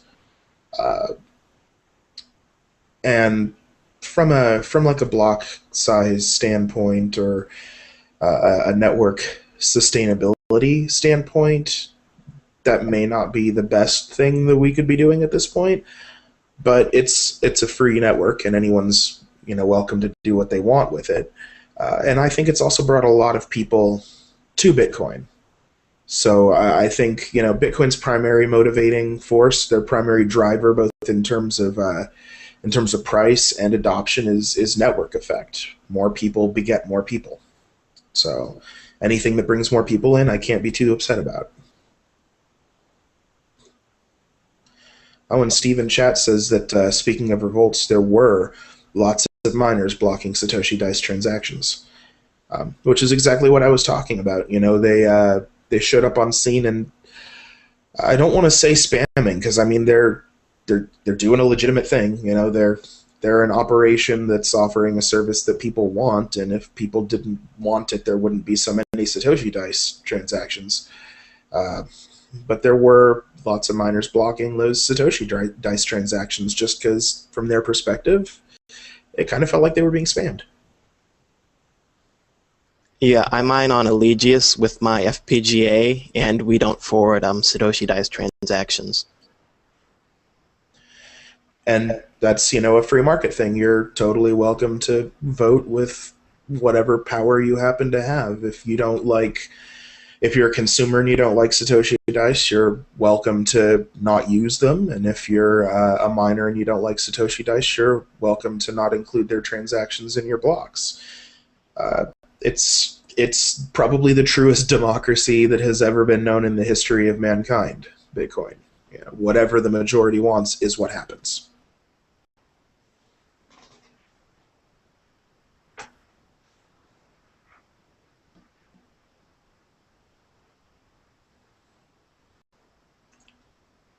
Let's see.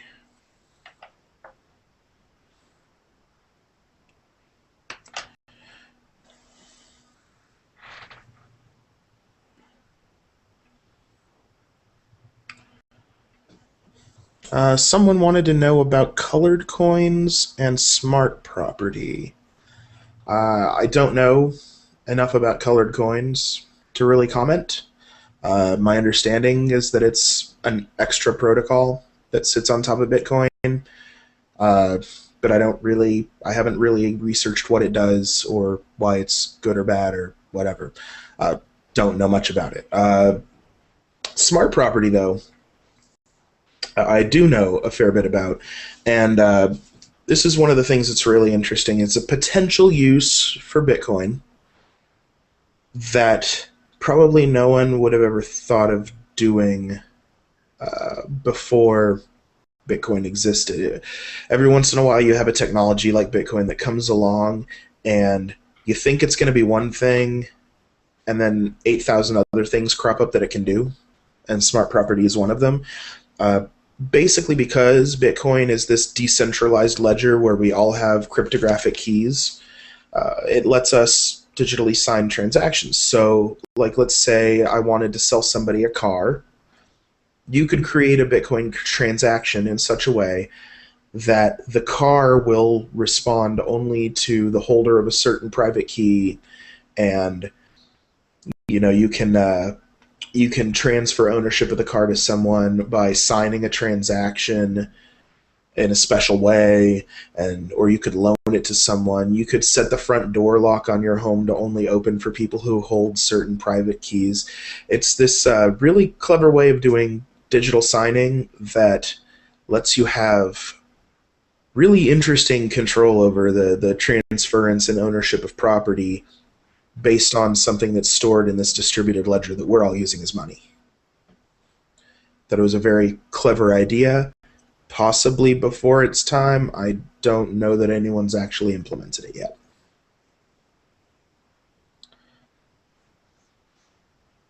I had something similar to that come up in a novel I read called #Agora.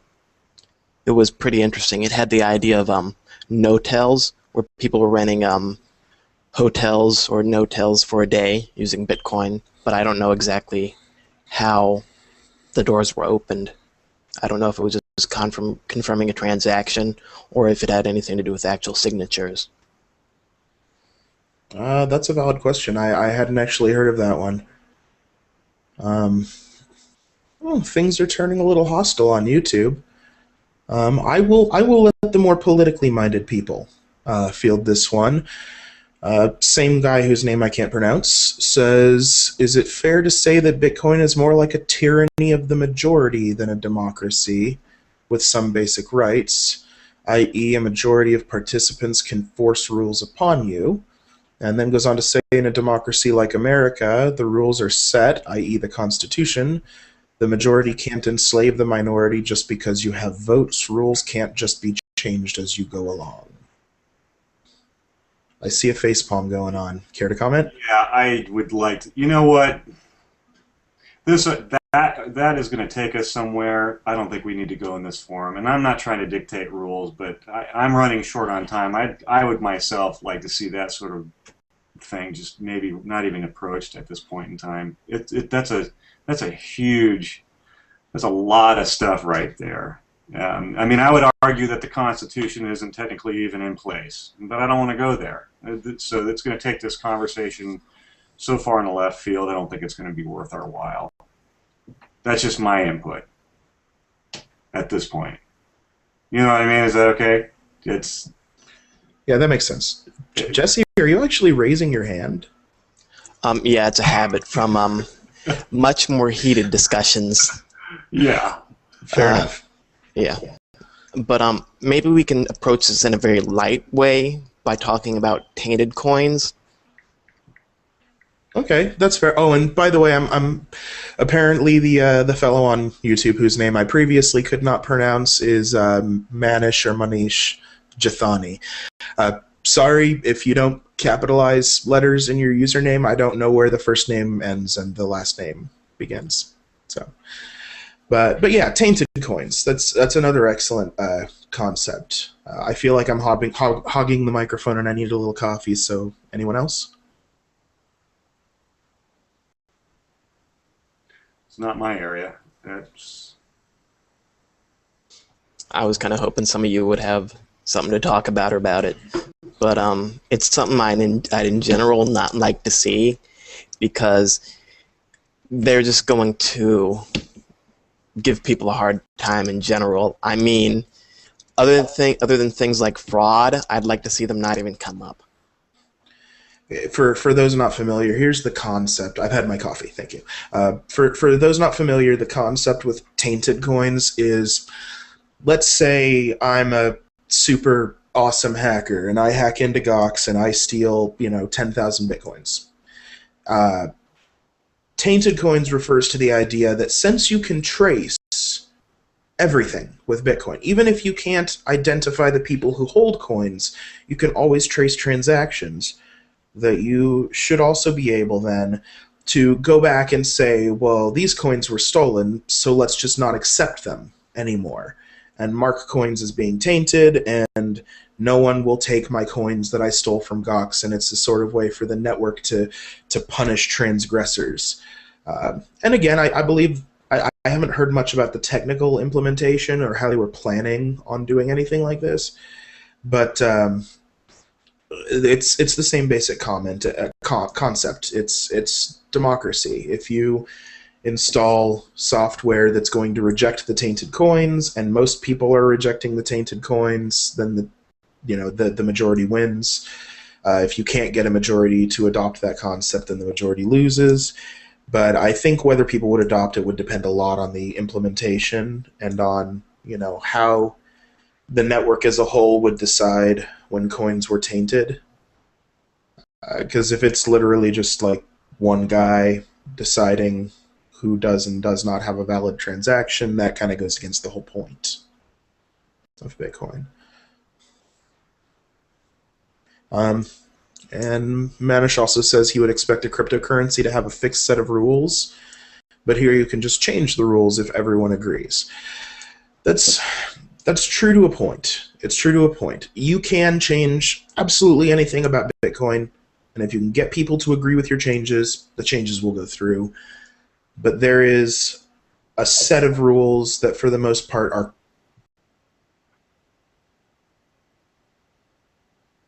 core, that know the amount of coins that are generated per block. Most of these things are just agreed upon, and no one's ever going to change them. Jesse, you had?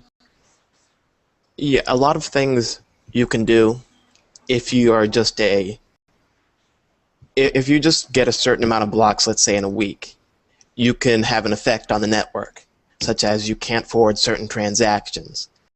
But to do things like control the amount of blocks you can produce, amount of coins you can produce per block, that's when you or someone you agree with decides on it, and you have more than 51% of the net, when you can basically do the next block right after yourself, on and on and on. Yeah, there's what it comes down to is that every Bitcoin transaction is a tiny little script, and stuff that you can do within those scripts, it's super easy to create and change, and those things are very, very malleable. But the majority of the big rules, the really big rules, how many Bitcoins are issued per block, how many Bitcoins will there ever be, how often do blocks happen, how is difficulty set, the big technical questions are in the code of the client itself. And in order to change those things, I think that's kind of what was being referred to there. There are a few core rules, basically, that in order to change them, it would basically be like amending the Constitution. You have to rewrite the software with those changes in mind, and then get the majority of people to switch to your version of the software, which would be very difficult, to say the least. Yeah, that's the thing about a 51% attack in general. There's no real way for it to turn out a net positive for you unless your goal is to destroy the network.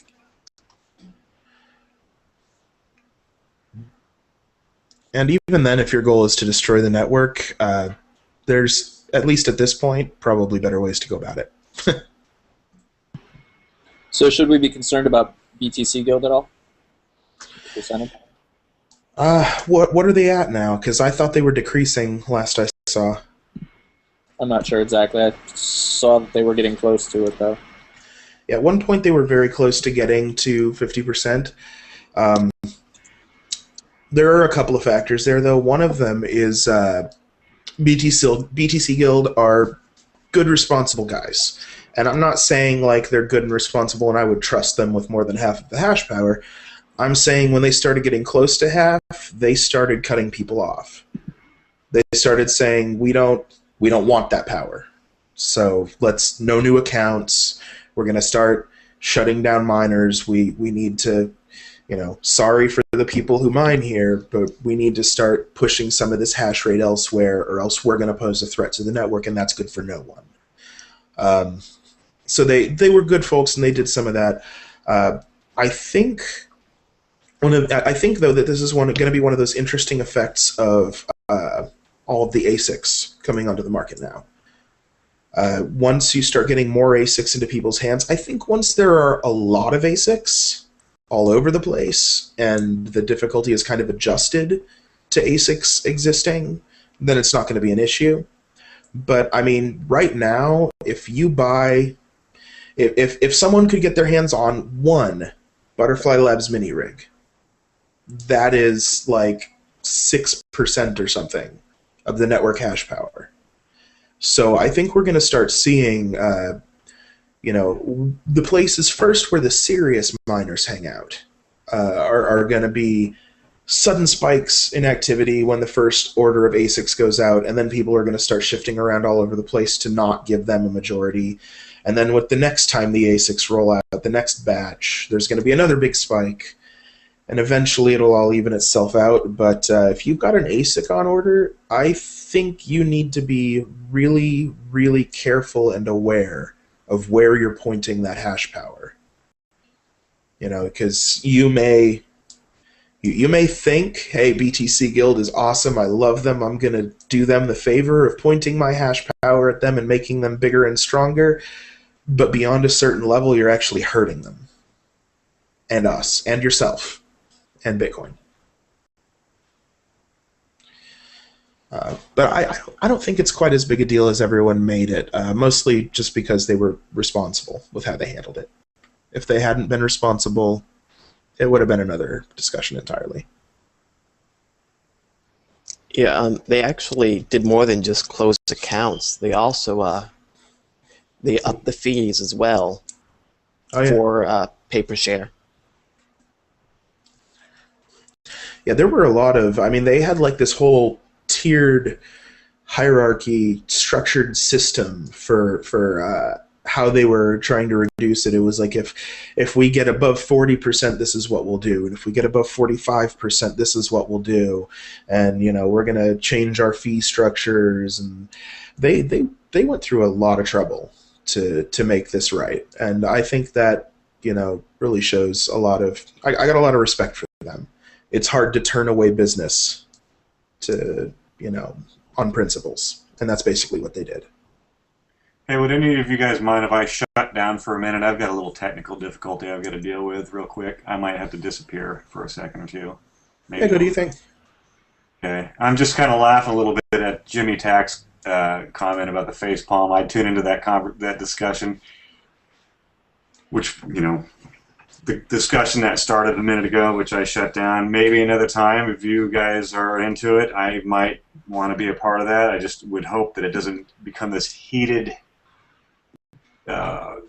quarrel amongst different political belief systems. If it should come up, I didn't mean to shut it down. On the majority of the developers being able to control. Yeah, and it's this sort of political kind of sideline that popped up. I could see it. I just kind of shut it down, and I apologize for that because I could see the political direction that would head, and it would be a great conversation, actually, to have. Just maybe not now. I don't know. Because I think right now we're trying to introduce more people to Bitcoin, and not freak them out with all these other possible, hypotheses. Doomsday scenarios. Yeah, we've got enough of that every day. There's the NDC. Just to tell you what I did, I'm going half blind, so I'm in between needing my glasses and not. I shut down my Bluetooths and thinking I was doing something else, and I have no control of anything right now. So I'm going to shut down really quick and hopefully pop back up and have no problems. if I do shut down and I can't get back, it was great talking to you guys. I will try to get back. If not, I will follow up with the next one, the next Hangout. Yeah, we got to do more of these. Yeah, this was good. I was really nervous myself, but I'm going to try to come back. I don't know how much longer you guys are planning on talking, actually. I want to try to come back. Any All idea? right, hopefully we'll see you. Yeah, see ya. Any idea how much longer you guys are going to be discussing things? I just got in just a little while ago myself. I've got about an hour before my hypoglycemia is going to make me require food. So. Okay, I'll try to pop back on. Otherwise, I'll talk to you guys soon. It was great talking to you. Thanks, Yeah. David. All right. See ya. Jesse, did you have a question or comment? What were we talking about? Oh, so many things. We got someone in a chat asking about the advantage of joining a pool versus mining solo. This is a statistics problem, and humans are notoriously bad at statistics, by the way. Google the Monty Hall problem, and your brain will melt if you've never heard it before, because it's very non-obvious. Anyway, it's basically about stability. Let's say you're a gold miner, right? This is the difference between being the guy who owns the mine and being an employee of someone who owns a mine, basically, is the comparison that I usually make. If you're a solo miner, you're the guy who owns the mine. You might find a block, you might not find a block. If you find a block, you're going to make a lot of money. If you don't find a block, you're not going to make a lot of money. Now, if you mine for long enough, you're going to even out to kind of a statistically predictable level of success. So over the long run, your income is going to be, a predictable amount, a reasonable, stable amount based on your hash power.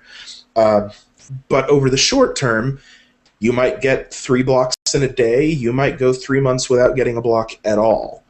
On the other hand, if you're mining in a pool, it's more like being the employee of someone who owns the mine. You're going to get stable pay, whether you specifically find a block or not.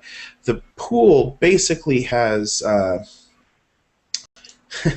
the pool basically has a much higher chance than you of finding a block because they have a lot more hash rates. So the more hash power you have, the more stable that income is going to be.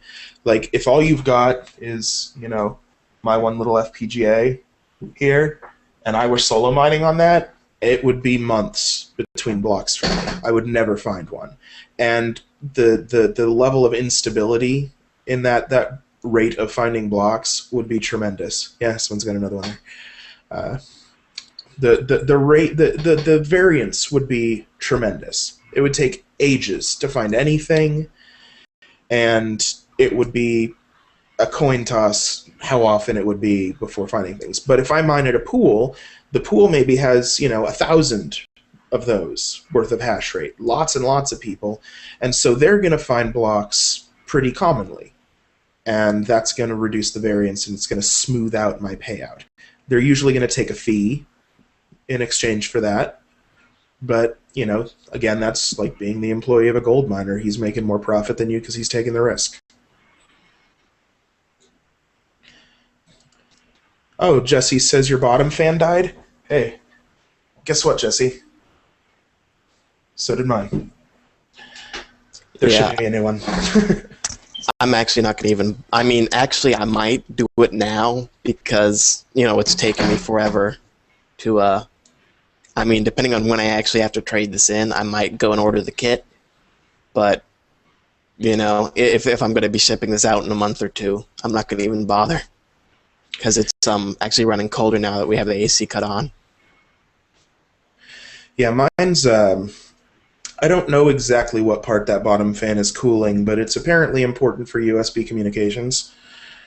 Because every so often, mine is throttling itself, so instead of getting 800 megahash, I'm getting like 500 and change. Because it's assuming that it's throttling. What it's really doing is getting garbled responses from the device. So I don't know what it is, but I've got a replacement fan on the way. You actually you removed it, right? Because it's actually acting as a heating coil, so I actually have mine sticking out of the case. Oh, lovely. I know I should remove it then. I hadn't really paid much attention, honestly, to the whole thing. So with the two of you having experience mining, what would your recommendations be for someone who's looking at all of these new ASICs coming out? Well, if you're trying to be one of the guys who's like getting in on the ground floor and making a crap ton of money off of early adopting an ASIC, you are way too late to the party. Way too late. Anything you order now isn't going to be here until the difficulty has fully adjusted to the rest of the ASICs hitting the market. But I will say that the lower cost of a lot of the smaller ASICs is something very new and interesting, and that I think that could bring kind of I think it could replace the decentralization that everyone fears we're losing, moving away from GPUs and CPUs. So with every step we take, that's the big worry is, everyone who was CPU mining is like, oh, well, now I need to have a good video card, and you're reducing the number of miners by requiring people to have good video cards to mine. And then when we go to ASIC, the same concern applies. The ASICs outpower the GPUs and FPGAs by such a wide margin that, now you have to have another set of specialized equipment to participate. But I think the better part of that, though, is that the FPGA on my desk was several $100s. And with ASICs, you have the possibility to produce, $100, $150 device. Something small, USB powered, that you can just plug in and mine. It's not going to be super powerful or profitable compared to the bigger stuff. But I think that might help with the decentralization fears, because you can produce ASICs on mass scale, and if you're just producing a small, low-powered one for that kind of mining, you can usually do it fairly cheaply. I mean, overall, fairly cheaply. The initial investment for an ASIC is ridiculous. Yeah, I actually kind of heard through the grapevine that the BFL jalapenos are actually going to have to use a bigger case, so they won't be the little coffee warmers anymore. They might actually have to have their own fan kind of thing going on. That wouldn't surprise me too much. I'm not... I should know more about this, because I talk to the people at Butterfly Labs pretty regularly, and I should know what the issue is, but I for some reason it has not come up. But I would assume that whatever the issue is, there's probably going to be more heat produced, so I would assume they would need more heat sink space, and that's probably the change. But I can't even confirm that. I don't know that much, so I really need to go sit down and have a chat with Jeff and Sunny, see if I can figure out the rumors from the truth. Then publish that interview in the magazine.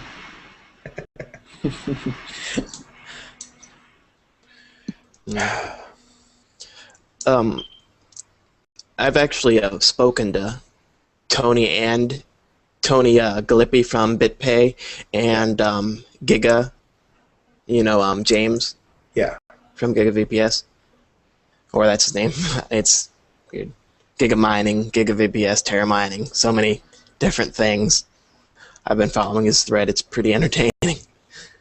But actually, I heard that his GPUs will be profitable, that he has up in the northern states. Due to the temperature, they'll actually be profitable for quite a while.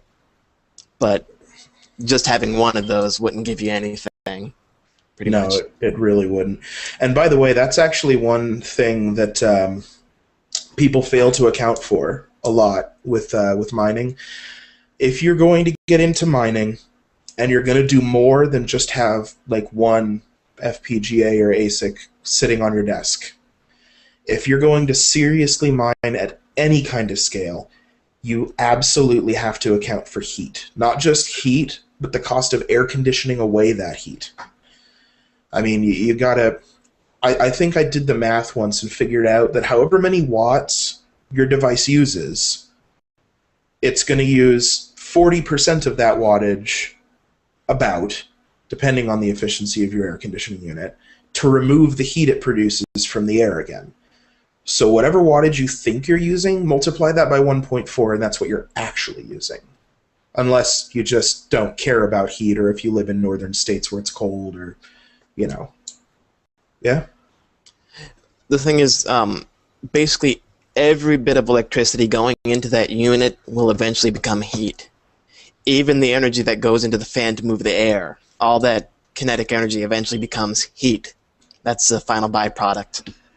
Exactly. And that's actually the source of one of my favorite humorous myths. I don't know if this is true or not. It's gone around the internet, but there's this myth, at least, and maybe it's true, that in, I think, South Korea, there is a wives' tale that if you leave a fan running in your room for too long, that it will decrease the temperature too much while you sleep, and you could get hypothermia. And, you know, anyone with even just the tiniest amount of engineering knowledge is probably laughing like mad right now. Because, you know, fans just circulate air, and they use electricity to do so, and some of that electricity, most of it actually, is converted to heat. So a fan actually heats up the room that it's in. It just makes you feel cooler because it's moving air across your skin, which increases the rate of evaporation of your sweat. But yeah, I heard a bad joke. Is anyone here sensitive to jokes involving race? It's nothing too bad. I hope it's nothing too bad, because this is going on my YouTube channel. So if I get banned... All right, there is a cowboy and an Indian. The cowboy, well, it's not a real cowboy, but it's someone driving a car or a wagon or something. And he invites an Indian to go ride with him. And he says, the faster you go, the colder it gets. And they were driving fast down the road in the pickup truck or whatever. And the faster they go, the colder it gets. And the Indian was like shaking like this. Yeah, it's really cold. And he was scared because he was going so fast. So he dropped him off. And then he got on his horse. And then he drove the horse really fast to cool him off. And he kept on doing it faster and faster and faster until the horse dropped dead. And he said, the horse must have froze to death. Nice. I don't think that was like a racist... No, I don't know. Unless you were trying to imply the Indian was stupid or something. They might have been doing that when they told me it. Maybe. I don't know. I've encountered a lot of dirty/racist jokes lately that aren't really dirty or racist. I guess it's a good sign. Well, and I guess that goes back to the whole causation or correlation is not causation thing. I don't know what that internet meme is. Oh God, correlation and causation. Don't get me started on that one. Well, that seems pretty relevant considering this last week in the market. So many hypotheticals and people guessing at what's going on. On YouTube, another person whose name I'm not going to try to pronounce says... No, different person. Says, wonderful comment with regard to fees. BTC Guild lets the market fix things. You know, that's absolutely true. That's a really good point. You know, they didn't even necessarily... It was nice of them to add the measures where they started cutting people off.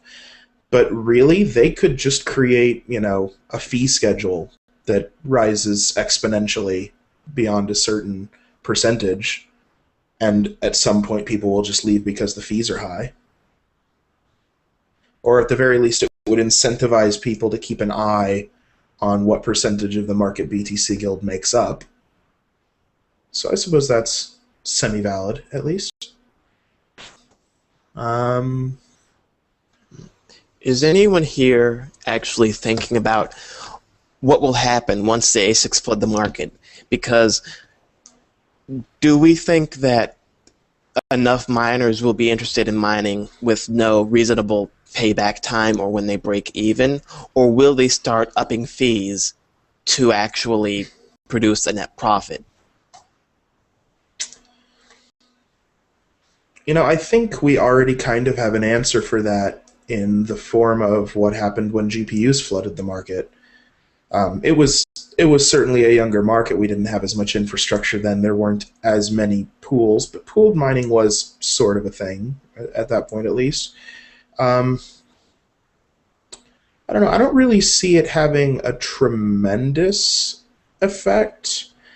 I think, well, the other thing you got to remember is with ASICs, it's I've got a really great analogy for ASICs, by the way. Anyone who's ever made T-shirts is probably familiar with this. If you just want one T-shirt or 5 T-shirts, you go to some place like Cafe Press, and they'll print you like 5 T-shirts, and they'll cost like $20 each. That's an FPGA. FPGAs are expensive in individual units, but you can just buy one. You don't have to buy a huge number of them. If you want to buy 500 shirts or 1,000 shirts or 10,000 shirts, you can get them down to like $5-6 or cheaper if you're buying in massive bulk quantities. But you have to buy, 100,000 shirts, and they all have to be silk screened, and some factory somewhere has to set up equipment just for making that one specific shirt. All of your cost is up front, but when you divide it by the number of units, it's cheap. That's an ASIC. So ASICs are very expensive to start, but once you started, you can keep cranking them out forever for dirt cheap. So I think that what's going to happen is that the expensive ASICs that we're looking at right now are the first runs. They're everybody's first runs, and they're the companies trying to recoup those upfront costs. From here out, it's relatively trivial for those companies to burn more wafers of the same design. They can keep making more of these for fairly cheap, and once they've recouped their initial cost, there's no reason that the prices on them can't go down. The only reason you should have to pay a high price for an ASIC right now is that you expect to be one of the first people mining with your ASIC, and you expect it to be so profitable that it's going to pay itself off very, very quickly. If all you want to do is participate in mining, maybe now is not the world's best time to buy. I would wait until we start seeing second and third generation ASICs, which are probably going to be a lot cheaper, and they'll also probably have a lot of the kinks worked out. So I think the market will solve its own problem. Sorry, go ahead. I find that kind of interesting you say that, though, because the original prices for the Avalon ASICs and the BFL ASICs were actually cheap. I'm guessing that's because they were pre-orders and they didn't actually have anything to show them to get more people to pre-order at the doubled prices with BFL or whatever the new prices are with Avalon. I heard they were something crazy. Well, it's not just that. I mean, I'm sure that's part of the issue, but in my opinion, at least, just talking, I don't have a line into Avalon or anything. I don't talk to those guys very often, but I do talk to BFL pretty regularly. And here's the problem that we have. Nobody in the Bitcoin world is Intel or AMD. This is all very, very new stuff, and most of the people who are making ASICs, just like most of the people who made FPGAs, aren't professional ASIC manufacturers. Like their business for years and years and years has not been to go out and make an ASIC and put it on a board and sell it to customers.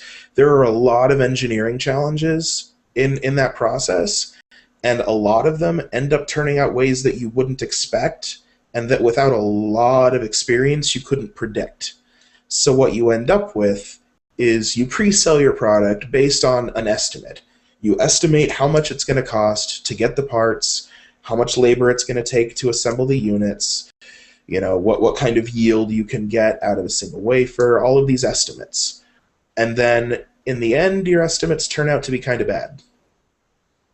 And a lot of companies are doing exactly that. They're making estimates, and not by any real fault of their own, except for maybe inexperience. Their estimates are really off. Yeah, when BFL missed some of their estimates, you kind of a lot of people expected to see something similar with the ASICs. Sorry, I was going to say something else. You go ahead. I'll try to remember. Well, yeah. I mean, you're basically right. I have kind of an uneasy relationship with BFL. I own one of their products, and I like it. It's a good product. I think BFL makes good products, but I also think BFL makes bad promises.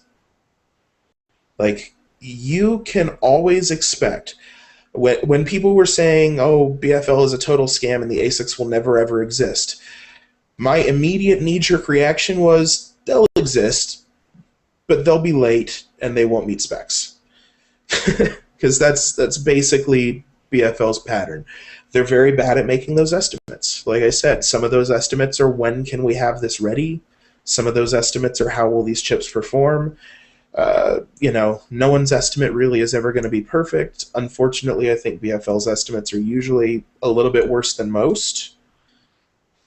But I still think that in the end they make good products. Maybe not the product they intended to make, but a good product. Yeah, I was going to say that I assume you pre-ordered an ASIC for your trade-in? I actually have kind of a special magical relationship with Butterfly Labs, where I'm going to be getting a unit to tear down without having to give them money for it. So you're a developer? I'm equal parts developer and media. What's your handle? I run coding in my sleep. Oh, okay. Yeah. Yeah. I've been speaking to Luke over the Allegius channel on Freenode. So yeah, I've been trying to get out as much information about the ASICs as I can. Yeah, it's definitely going to be a really big, interesting, and exciting time for mining. Yeah, but I was saying that though because it looks like, for me, I'm going to be getting a single and 2 jalapenos rather than a single 60 gigahash single. Okay, that's not a bad haul. To meet the gigahash, what I pre-ordered. Oh yeah, that's right. That's BFL's kind of a standard response right now. Is if you ordered a certain gigahash worth of products, even though they're not necessarily going to meet their requirement with the product line, at least not the initial product line that they had advertised, they're sending you more products so that you at least get what you paid for. I just hope I receive them at the same time. Maybe not in terms of wattage or efficiency, but at least in terms of hash rate. Electricity is included for me, luckily.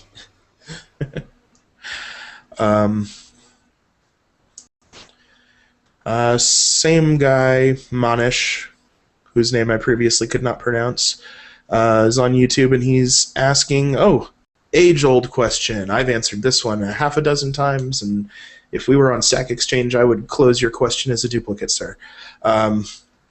Wants to know if there's a better option than proof of work. Proof of work is what we were talking about. Proof of work is the way mining works.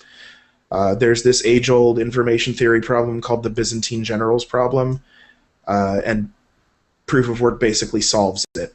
It's the only way that you can, well, not the only way, but it's the best way that we've found yet to establish authoritative data without a centralized authority.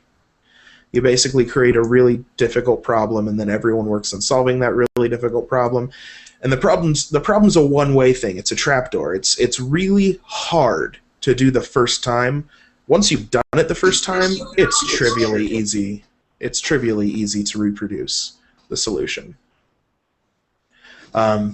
If you want to know more about it, I recommend going to the Stack Exchange and looking up the question, bitcoin.stackexchange.com.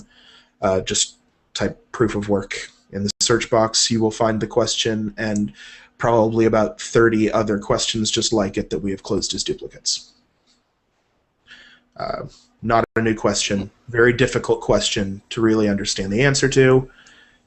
Probably would take longer than I've got before my hypoglycemia kicks in to explain. So. Okay, I guess there's proof of stake. That's something different.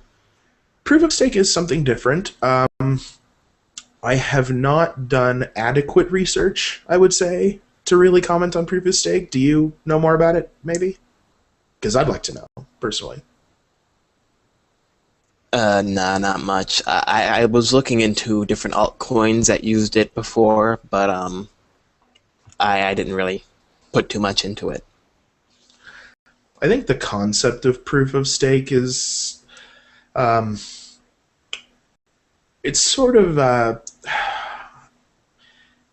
and if there's anyone who knows more than me, feel free to correct me, and I hate to even consider going on anything resembling record with this, but my understanding of proof of stake is that, say, there are only 10 coins in the world, and I've got 4 of them, and you've got 2, and then some other people have the rest of them.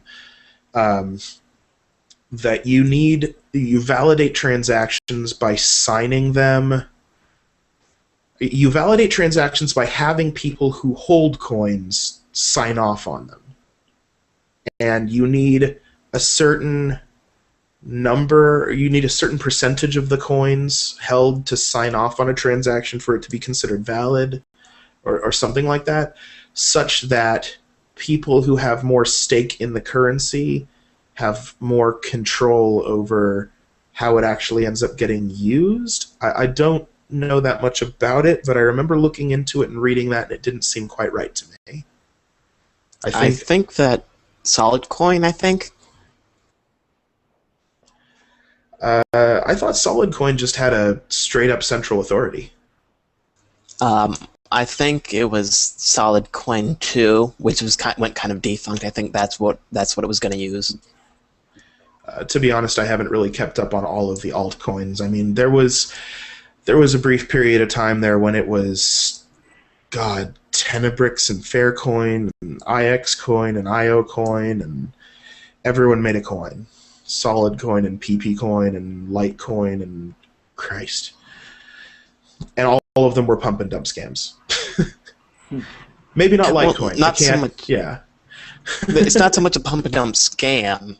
It's just a greater fool. True.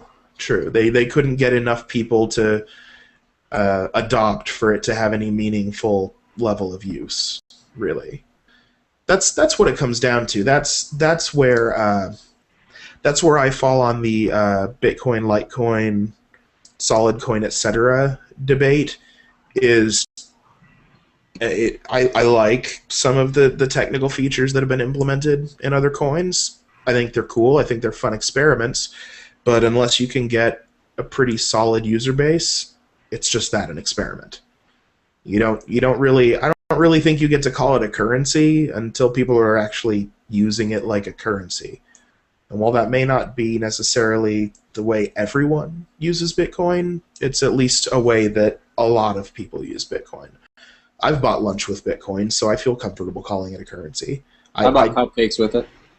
I've never met anyone who's bought lunch with Litecoin or Tenebrix or $100. Yeah. Yeah. I bought pizza probably many times.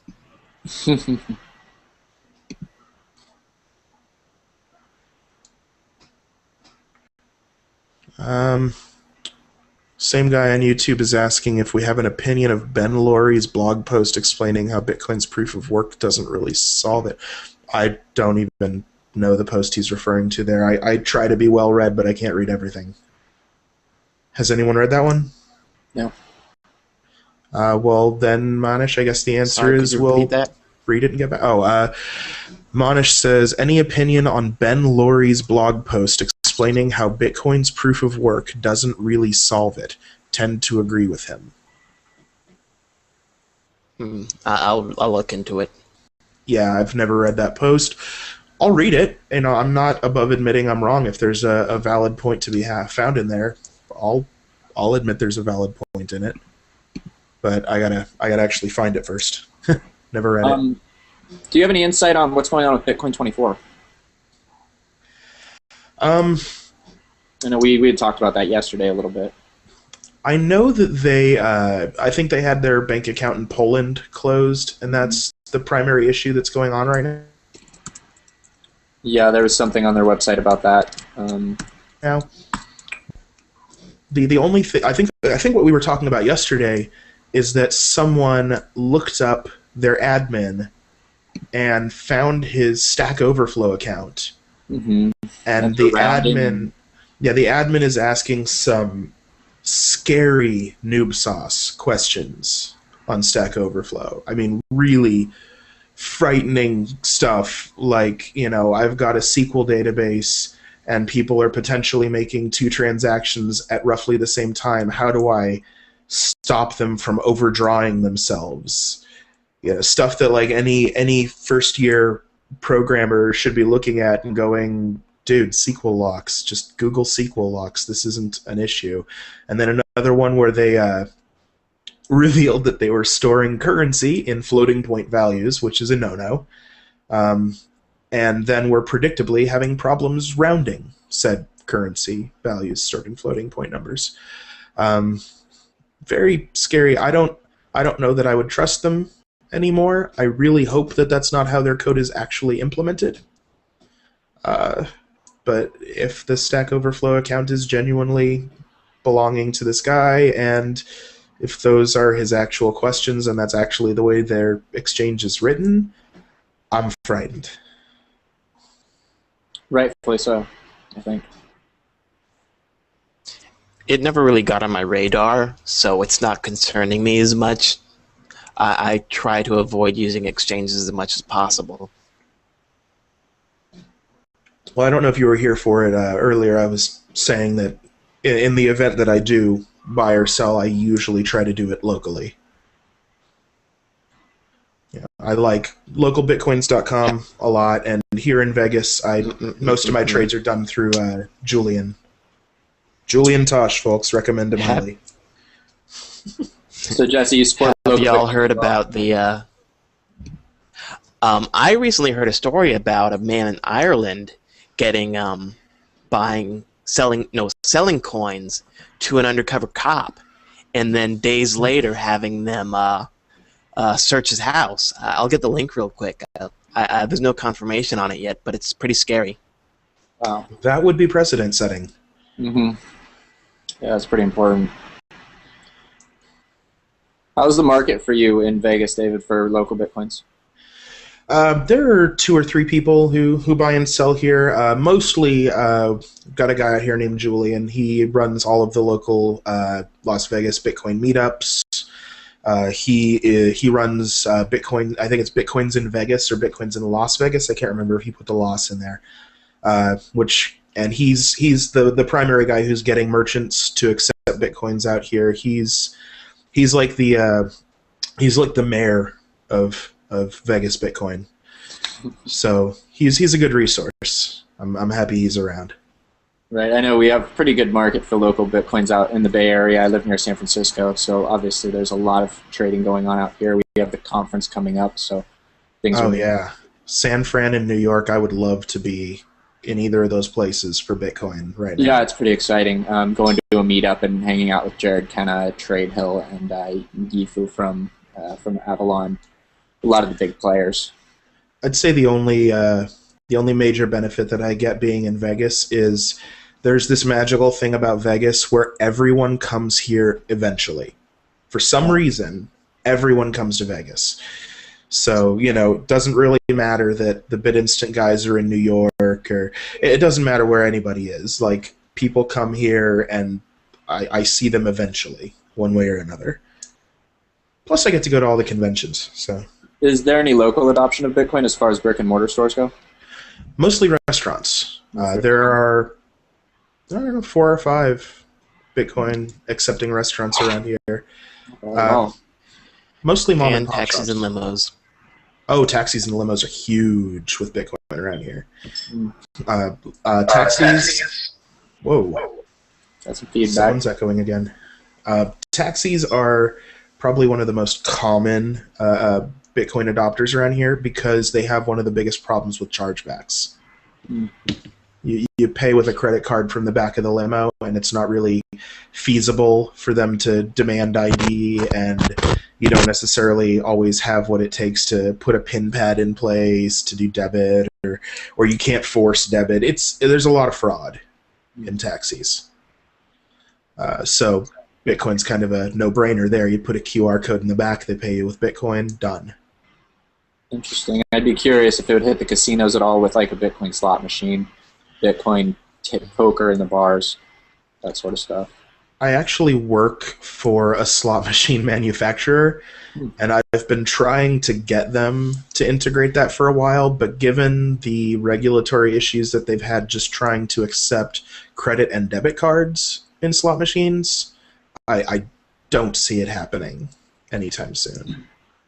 You know where it would be really good? In the little game kiosks in bars. You know where they have it on top of the bar, on like the side or something? What is the Mega Touch? Yeah, that's them. Oh, and also I posted the link to the thread about the local Bitcoins in the group chat.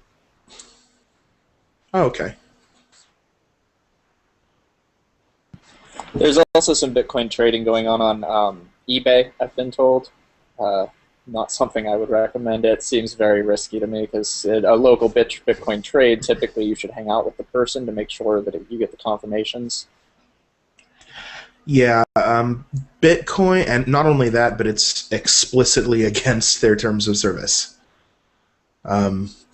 So if they... Against eBay's terms of service. Digital currency trades are against their terms of service.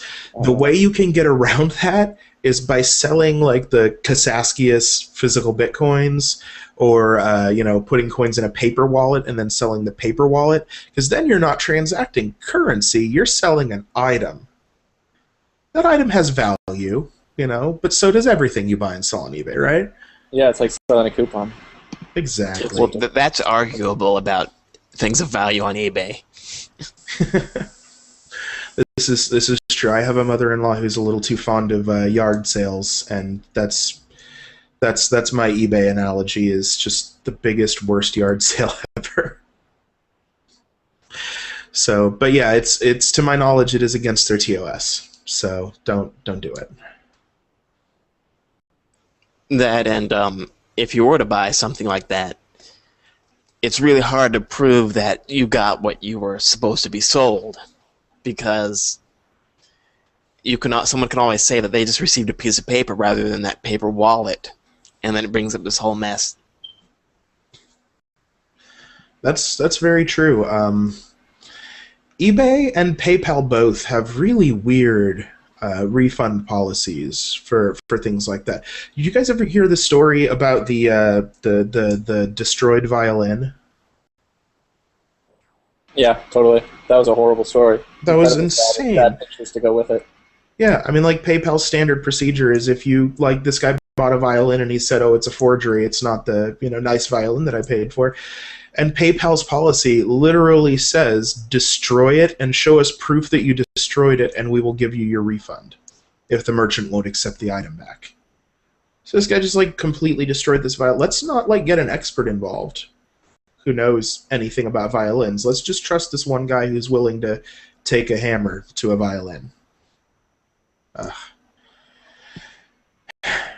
That's depressing. I mean, just look that at would the picture. be It's like horrible. someone destroying a painting because someone said it was a forgery, or destroying a first copy of a book because it's a forgery. Yeah, and especially when it's just some guy on the internet who may or may not actually have the expertise to really detect a forgery. I mean, that's sad. That's like art potentially being destroyed.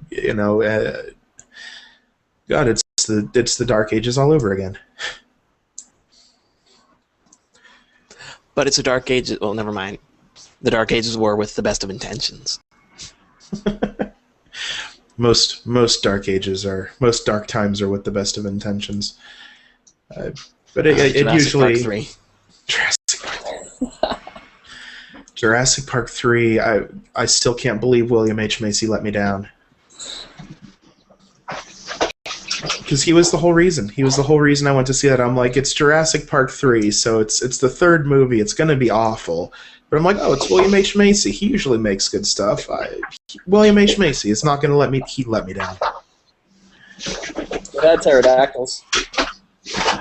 It was a cool movie, but it was more... I think it was the most political of all of them, wouldn't you say? I can't say that I remember it that well. I really don't. I remember William H. Macy letting me down, and I remember a Nokia ringtone coming from inside a T-Rex. That's why everyone knows that ringtone. Which is, by the way, the most played piece of music in human history. Wow, I didn't know that. Yeah. Question about Buttercoin, which I believe was just announced a couple days ago via Reddit. David, did you read about that? I did not read about it, and I have not checked it out yet. But I'm going to right after this. Yeah, it's basically an open source project to replace an exchange. A developer out of San Francisco who's, I mean, his rap sheet is just phenomenal. Everything ranging from creating hack spaces to music festivals and quantum cryptography and things. Definitely someone to pay attention to. There's the link right there. Thank you, Thomas. And the idea is basically to create a open source exchange that wouldn't be plagued with the problems of DDoS and panic. Mm. Yeah, I'm really glad to see how this crash/recorrection went compared to 2011, because even the media is shedding this in good light. Even I linked something before about Kevin O'Leary not being afraid of the price drop, because it has a $1 billion market cap. Oh yeah, this is, I mean, the difference in tone is huge. I still remember the big flash crash and everyone freaking out, mainstream media saying, see, we told you it was a Ponzi scheme and this is just it crashing and it's all horrible and everyone's going to lose all of their money. And then the market recovered and everything was fine, and now, you know, this time it's totally different. I don't know if it's because so many people called it like the end of Bitcoin last time around, and now they're hesitant to make another wrong prediction, or if they actually have truly changed their minds about the difference between a crash and just a correction. But yeah.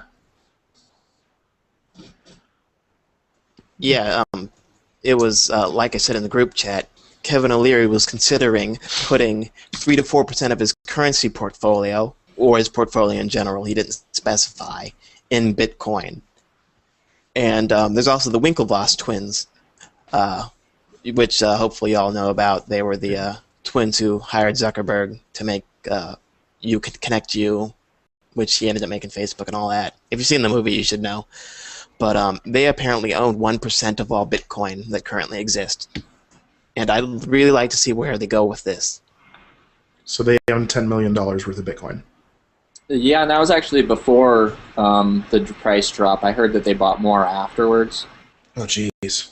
For me, it yeah, doesn't necessarily seem like a bad thing, because it will give the market a lot of confidence. It'll give VCs a lot of confidence. It'll hopefully give people planning Bitcoin businesses a lot of confidence to move forward, knowing that there is big money behind it and that they have confidence in it.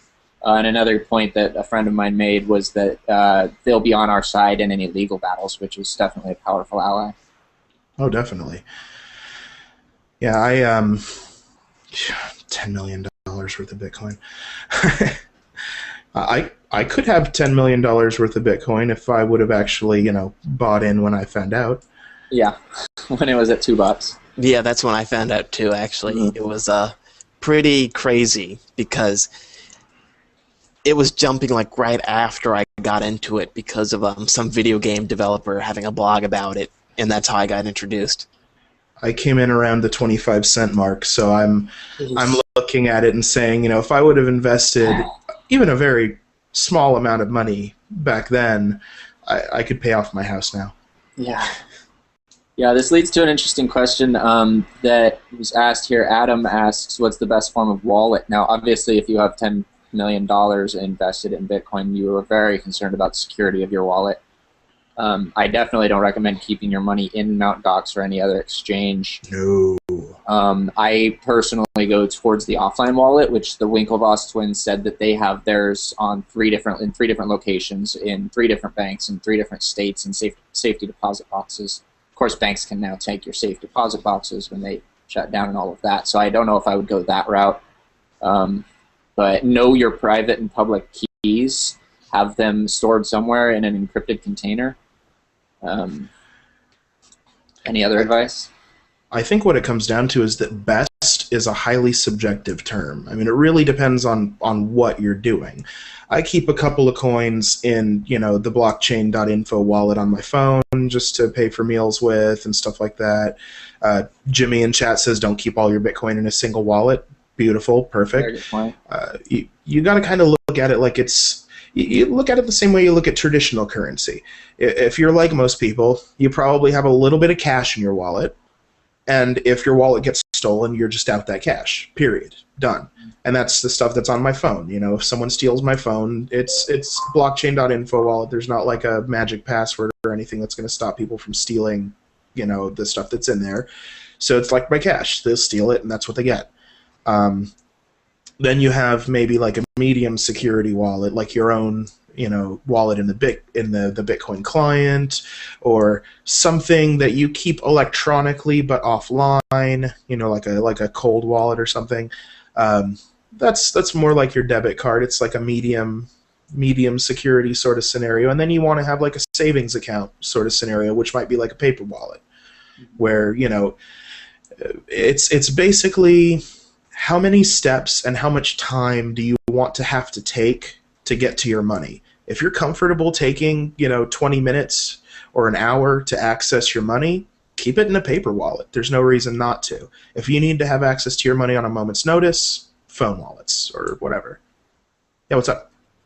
Adam, have you read about change addresses yet? That is something you should probably look into, and I'll have to look into once I start using them. He says yes. Change addresses. Jesse, what do you mean exactly? Apparently when a wallet sends coins out from an address, the change is paid back out to a newly created address unique to that wallet. I can answer this one, actually. This is the default behavior of the default Bitcoin client. There's no rule that says it has to be that way, and not every wallet behaves that way. For example, blockchain.info. I have a limited number of addresses in that wallet, and when you construct a transaction, it has 2 outputs. One of those outputs is the person you're paying, and the other output is the address for the change to go to. All of the coins in an address have to be spent at each transaction. So if you have 100 coins and you're paying me 25, then you have one output for 25 coins that goes to my address, and then you have another output for 75 coins that goes to an address you control. For anonymity reasons, the default behavior of the default client is to create a whole new address for the change. The idea being that if you send the change back to the address that it came from, it's obvious which of those transactions is the change and which of those transactions is the spend, and that detracts from your anonymity a little bit. But blockchain.info and other alternate wallet softwares, I think Electrum might also do it this way, will send the change back to the address that it came from. You need to know which one of those you're actually doing for your particular uses. If you're just a merchant who's accepting Bitcoin, it really doesn't matter where the coins go. You're probably gonna, put that information out there for your taxes or whatever later if you're being a good, honest merchant. If you're selling drugs on Silk Road, you should probably go with the option that provides you more anonymity. Is that an adequate explanation, Dylan? Well, Dylan was actually asking about how blockchain, I assume he's talking about blockchain.info, how they store, how you'd access your wallet without actually storing the private key. And I believe that they store it in an encrypted version of your private key. They store an encrypted version, but they do not store the key. So it's 2 things. One of them, if you've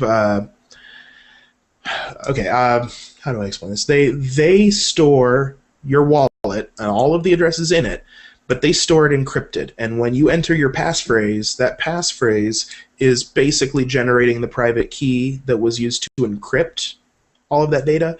So they can read the data off the drive, but in order to decrypt it and get to your address, I think they use AES 256 or something. They would have to crack some pretty heavy encryption, stuff that's on par with what Bitcoin itself uses, if not maybe even superior. I don't know what they use. So that's basically what it is. They do store all of the information. They just store it in a format that they can't get access to, and they never store your private key at all. You enter your passphrase, and it's all decrypted on your end in your browser, and they never have access to any of it at all. Isn't that similar to how that's similar to how Mega works?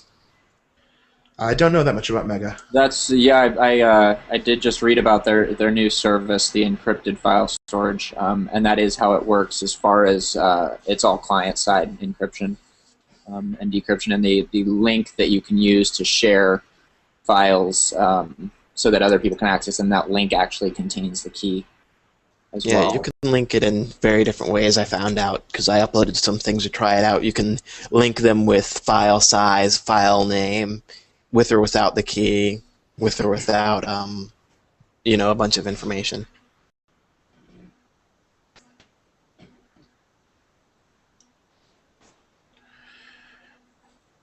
All right. Well, I think that's about all the time that I've got. I don't know about you guys.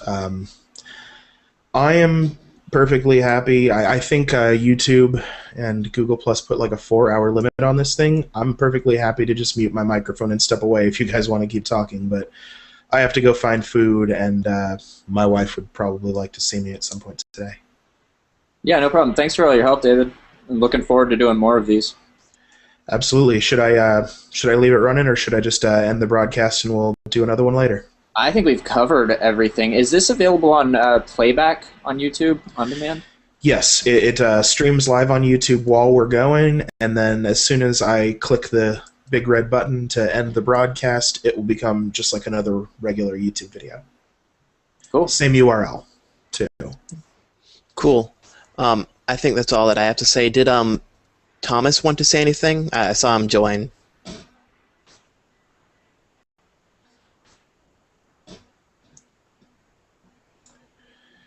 No, I guess we're good.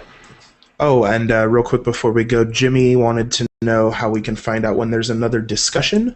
My recommendation is to go join the Bitcoin group on Google Plus and pay attention to what gets posted there.